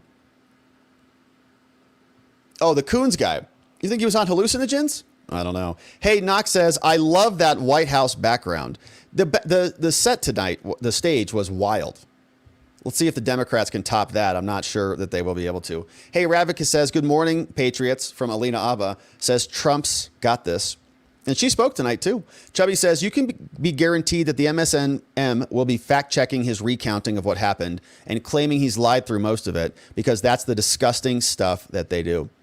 Ravicus says, I feel a revival in our country. Let us honor Trump for allowing the Lord to work through him to help us all. Let us all do our part. NY says, it's all our responsibility to elect Trump. We need to break this evil spell. I say this at the turning of the tide. We want our country back. Ravicus says, we few, we happy few, we band of brothers. For he today sheds his blood with me, shall be my brother. Be he never so vile. This day shall gentle his condition, and gentlemen in England now abed shall think themselves accursed they were not here, and hold their manhoods cheap while any speaks that fought with us upon St. Crispin's Day. From Ravicus. Here's one from this old guy. Says, Bob the Cat loves Trump. Man, this Bob the Cat's on the Trump train too. Welcome aboard, Bob the Cat. Great to have you. NY says, Biden's a husk of a president with no core beliefs, only cares for himself. We need to send a message. We, the citizens, deserve a president that we can vote for, not some figurehead. Ravicus says we all need to keep praying every day. Trump needs our energy and our prayers. A very, very nice one from Jigam Gigam. Jigam, our meme smith extraordinaire. Thank you for this. I don't know what I'm doing on this picture with these two incredible gentlemen, but I'm honored. Jigam Gigam, thank you for sending that one. Says, thanks for all you do, Rob, and thanks to all you watchers here today. Jigam, very nice dono. So great to see you. I know you're super busy right now, but we're glad you were able to swing by and say hello. And thanks as always for your support as an amazing locals membo and our incredible meme smith. You're the best. And thanks for including me on there with those amazing dudes. What's up? This old guy says Trump is delivering an outstanding acceptance speech, delineated everything wrong with the Democratic administration and everything that would be good about his. Masterful. I agree. It was great. It was great. It was a ton of fun too. He's hilarious, man. NY says, notice how Trump's demands our hostages back. Something the demented king will not do. Yeah. And people, when Trump speaks, people listen. That's why we didn't have all these new conflicts. Mima says, awesome. Got to watch K Bean with Voice of the People. What's up, Garbanzo? Faded Blue says, how much faith do you have in the FBI in conducting the investigation of Butler? Not much. Myself, I already don't believe the crap that they're saying was on the Patsy's phone. More BS to come. Yeah, I'm with you on that one, Faded Blue. Says, if Biden drops out of the race from pressure, how long do you think he can hold office? Without realizing they'll lose to Trump regardless of who they put up. And they have to have a chance to nominate the first historic woman president. Good question, Faded Blue. If he doesn't run for re-election, the question is, why would he finish his term? That means he's obviously not capable of doing that. Yeah, and A. Jeans is talking about Newsom's California law. The Veil got a shirt today. Amazing. And is asking about Kayleigh McEnany. Will she become president again? Patriot says, if Biden's forced out, Johnson needs to go to him and pass the SAVE Act so that we can have actual voting in America. A. Jeans, what's up? Talking about some comments on the event. The Veil has a nice comment. The Veil on Local says, I want to thank all the attorneys who spent a lot of time defending Trump and all of our rights by shoring up our protections. This rarely gets said unless you're in court. But for the first time, I got to truly see how attorneys can step up and stand in the harshest of times. Really, really good job. And thanks all for standing firm in the most impossible of times. Yeah, and you're right about that. Shout out to our attorneys who are in court every day fighting for our civil liberties. A. Jean says, Trump is our resolute president who will ascend. And NY is talking about rising above it. The Veil says, do you know how hard it is to find good companies in America? Yeah, I do. It is hard. We also had some other comments from Boopsy. Says, this is the first time I've ever seen gold balloons anywhere coming out of the ceiling. They were nice balloons. Trump has some new gold MAGA hats too, which we're looking forward to getting. NY says, Trump showed us tonight an attribute that Biden cannot show, a real, genuine person. I trust my life and families with him. Biden can never earn that trust. Biden's a cheap fake of a leader. Biden's a professional politician. All he can do is promise to give you other people's money for votes. Trump gives you the promise to earn and keep your own money and to prosper. Lady Ice says, wow, they really put on a great show. Trump is the most definitely a changed man. He really gave an awesome, heartfelt, moving speech. Made me cry when America the Beautiful started. I really felt like there was hope for our country and our country's future for the first time since 2020. And Jeremiah, what's up, says, hey, Rob, thanks for getting us all together for this great night. Lots of excitement in our future. Keep up the great work. Thanks, Jeremiah. Thanks for joining us, my friend. It has been like you said, a fun night. A lot of optimism. Even Trump was saying that, be excited, okay? Don't be so down and dreary. We're going to win. It's going to be great. Country's not over. It's going to be epic. So just hang tight, America. Help is on the way. Ryan PD says, I was really hoping for Many Men as a walkout song from 50 Cent, but the Democrats and the deep state are not done yet. Until their justice is served to the one who planned, coordinated, and allowed this to happen, no one is safe. So rest up and be ready. Good to see you, Ryan PD. Sergi P says, Matt Gaetz is saying what you've been saying for a long time. Says Joe Biden should stand up to the insurrection happening in the Democratic Party. You won that primary fair and square, Brandon. He's right. He's right about that. Yeah, he's right. It is an insurrection. I can't believe after all of this, they kept lecturing us about interfering with democracy and counting the votes and rigged elections. And they're just going to swap Joe Biden out. After 14 million Democrats have all been in favor of him, they had a primary season. If they thought he was incompetent, they could have had debates. But they said he was great. Now they want to swap candidates at the final setting? No, thanks. Lady Ice says, crybabies were apparently not happy about being pulled on Monday, Scarborough. Yeah, we played that clip earlier this week, Lady Ice. You must have missed it. But Scarborough and Mika, they were throwing a hissy fit. And they couldn't figure it out. It was a hysterical clip. If you haven't seen that one, it was absolutely hilarious. Because they had what the heck was I talking about? I was looking at the screen. What was the last one? The clip of something. Some clip. I lost my train of thought. I was watching the feed and I thought, is JD Vance back out on the screen? And he's not on the screen. Anyways, I don't know what the heck I was talking about.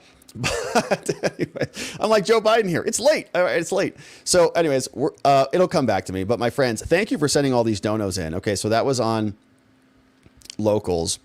And, Scarborough. Yeah, the Scarborough feed.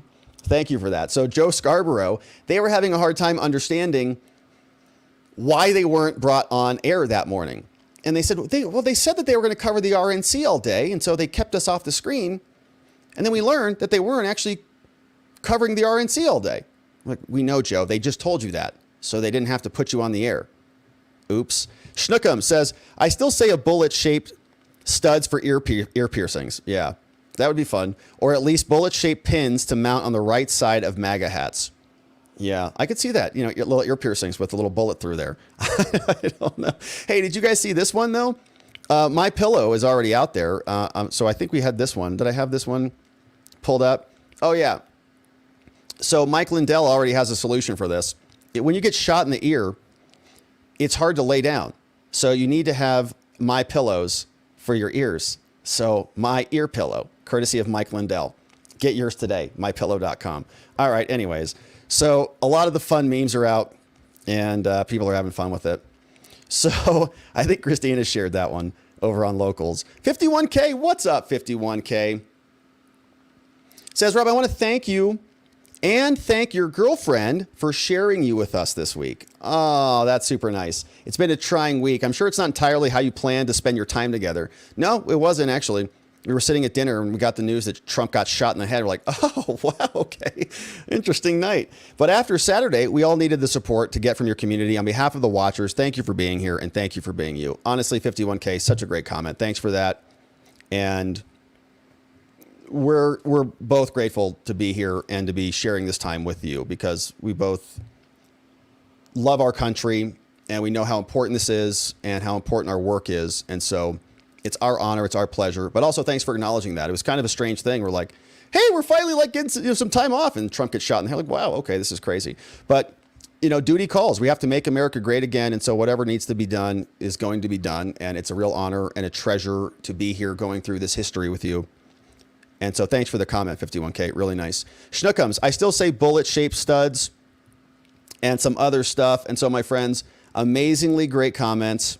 Thanks for sending them in. We had Art Pollard. We had Arnold Newton says, Trump's speech was amazing. Membo for 5 months. We had a great comment also come in over on Rumble. What's up? Celestials. Man, Celestials sent in a very nice dono.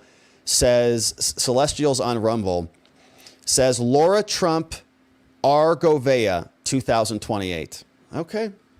If duty calls, if Laura Trump needs a vice presidential candidate, duty calls. I'm here to serve. So thanks for that, Celestials. I appreciate that. And we had a couple other donos come in on YouTube. My friends, thank you for these. King Ginger says Trumpians like champions, because that's what we are. Trumpians. I like it. I'll take it. King Ginger. A Little Weird says Donald Trump has a gentle, loving, and grandfatherly kindness and demeanor, which was perfect for what America needs to move forward after the past 10 years. And there were some good photos of him with his grandkids. It looked very loving. The whole family was there. It looked nice. Let's see how Joe Biden's looks, or Kamala's. Hey, Voice of the People says, had a great convo with Kay Bean. She's wonderful. Kay Bean is wonderful.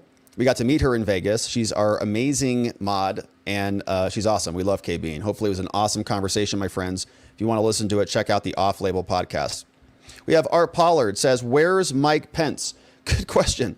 I don't know. Maybe he's hanging out with George Conway. They're having their wine and playing with their corgis together. All right. So, my friends, what a night that was. RNC Day 4. Trump is officially our presidential nominee for the Republican Party. That's good news. Democrats are in total disarray. They have no idea who their nominee is going to be. And it feels like there's good energy, good momentum. Like the train is where it should be. Trump came out, gave a wonderful speech, and I thought set the tone for the next several months ahead. And so that is great news. It's been a beautiful evening. We are going to leave it there. I know it's a late night stream, but it's been an absolute honor and a pleasure to go through this with you here tonight. So we'll come back tomorrow. Plan is keep your eye on the calendar at robertgovea.com. We might do an earlier show because we already have some assassination stuff that I want to get into. But we will have a members only stream in the morning. And so membos, stick around in the morning. We'll see you there. But my friends, thanks again for joining us. We are going to leave it there.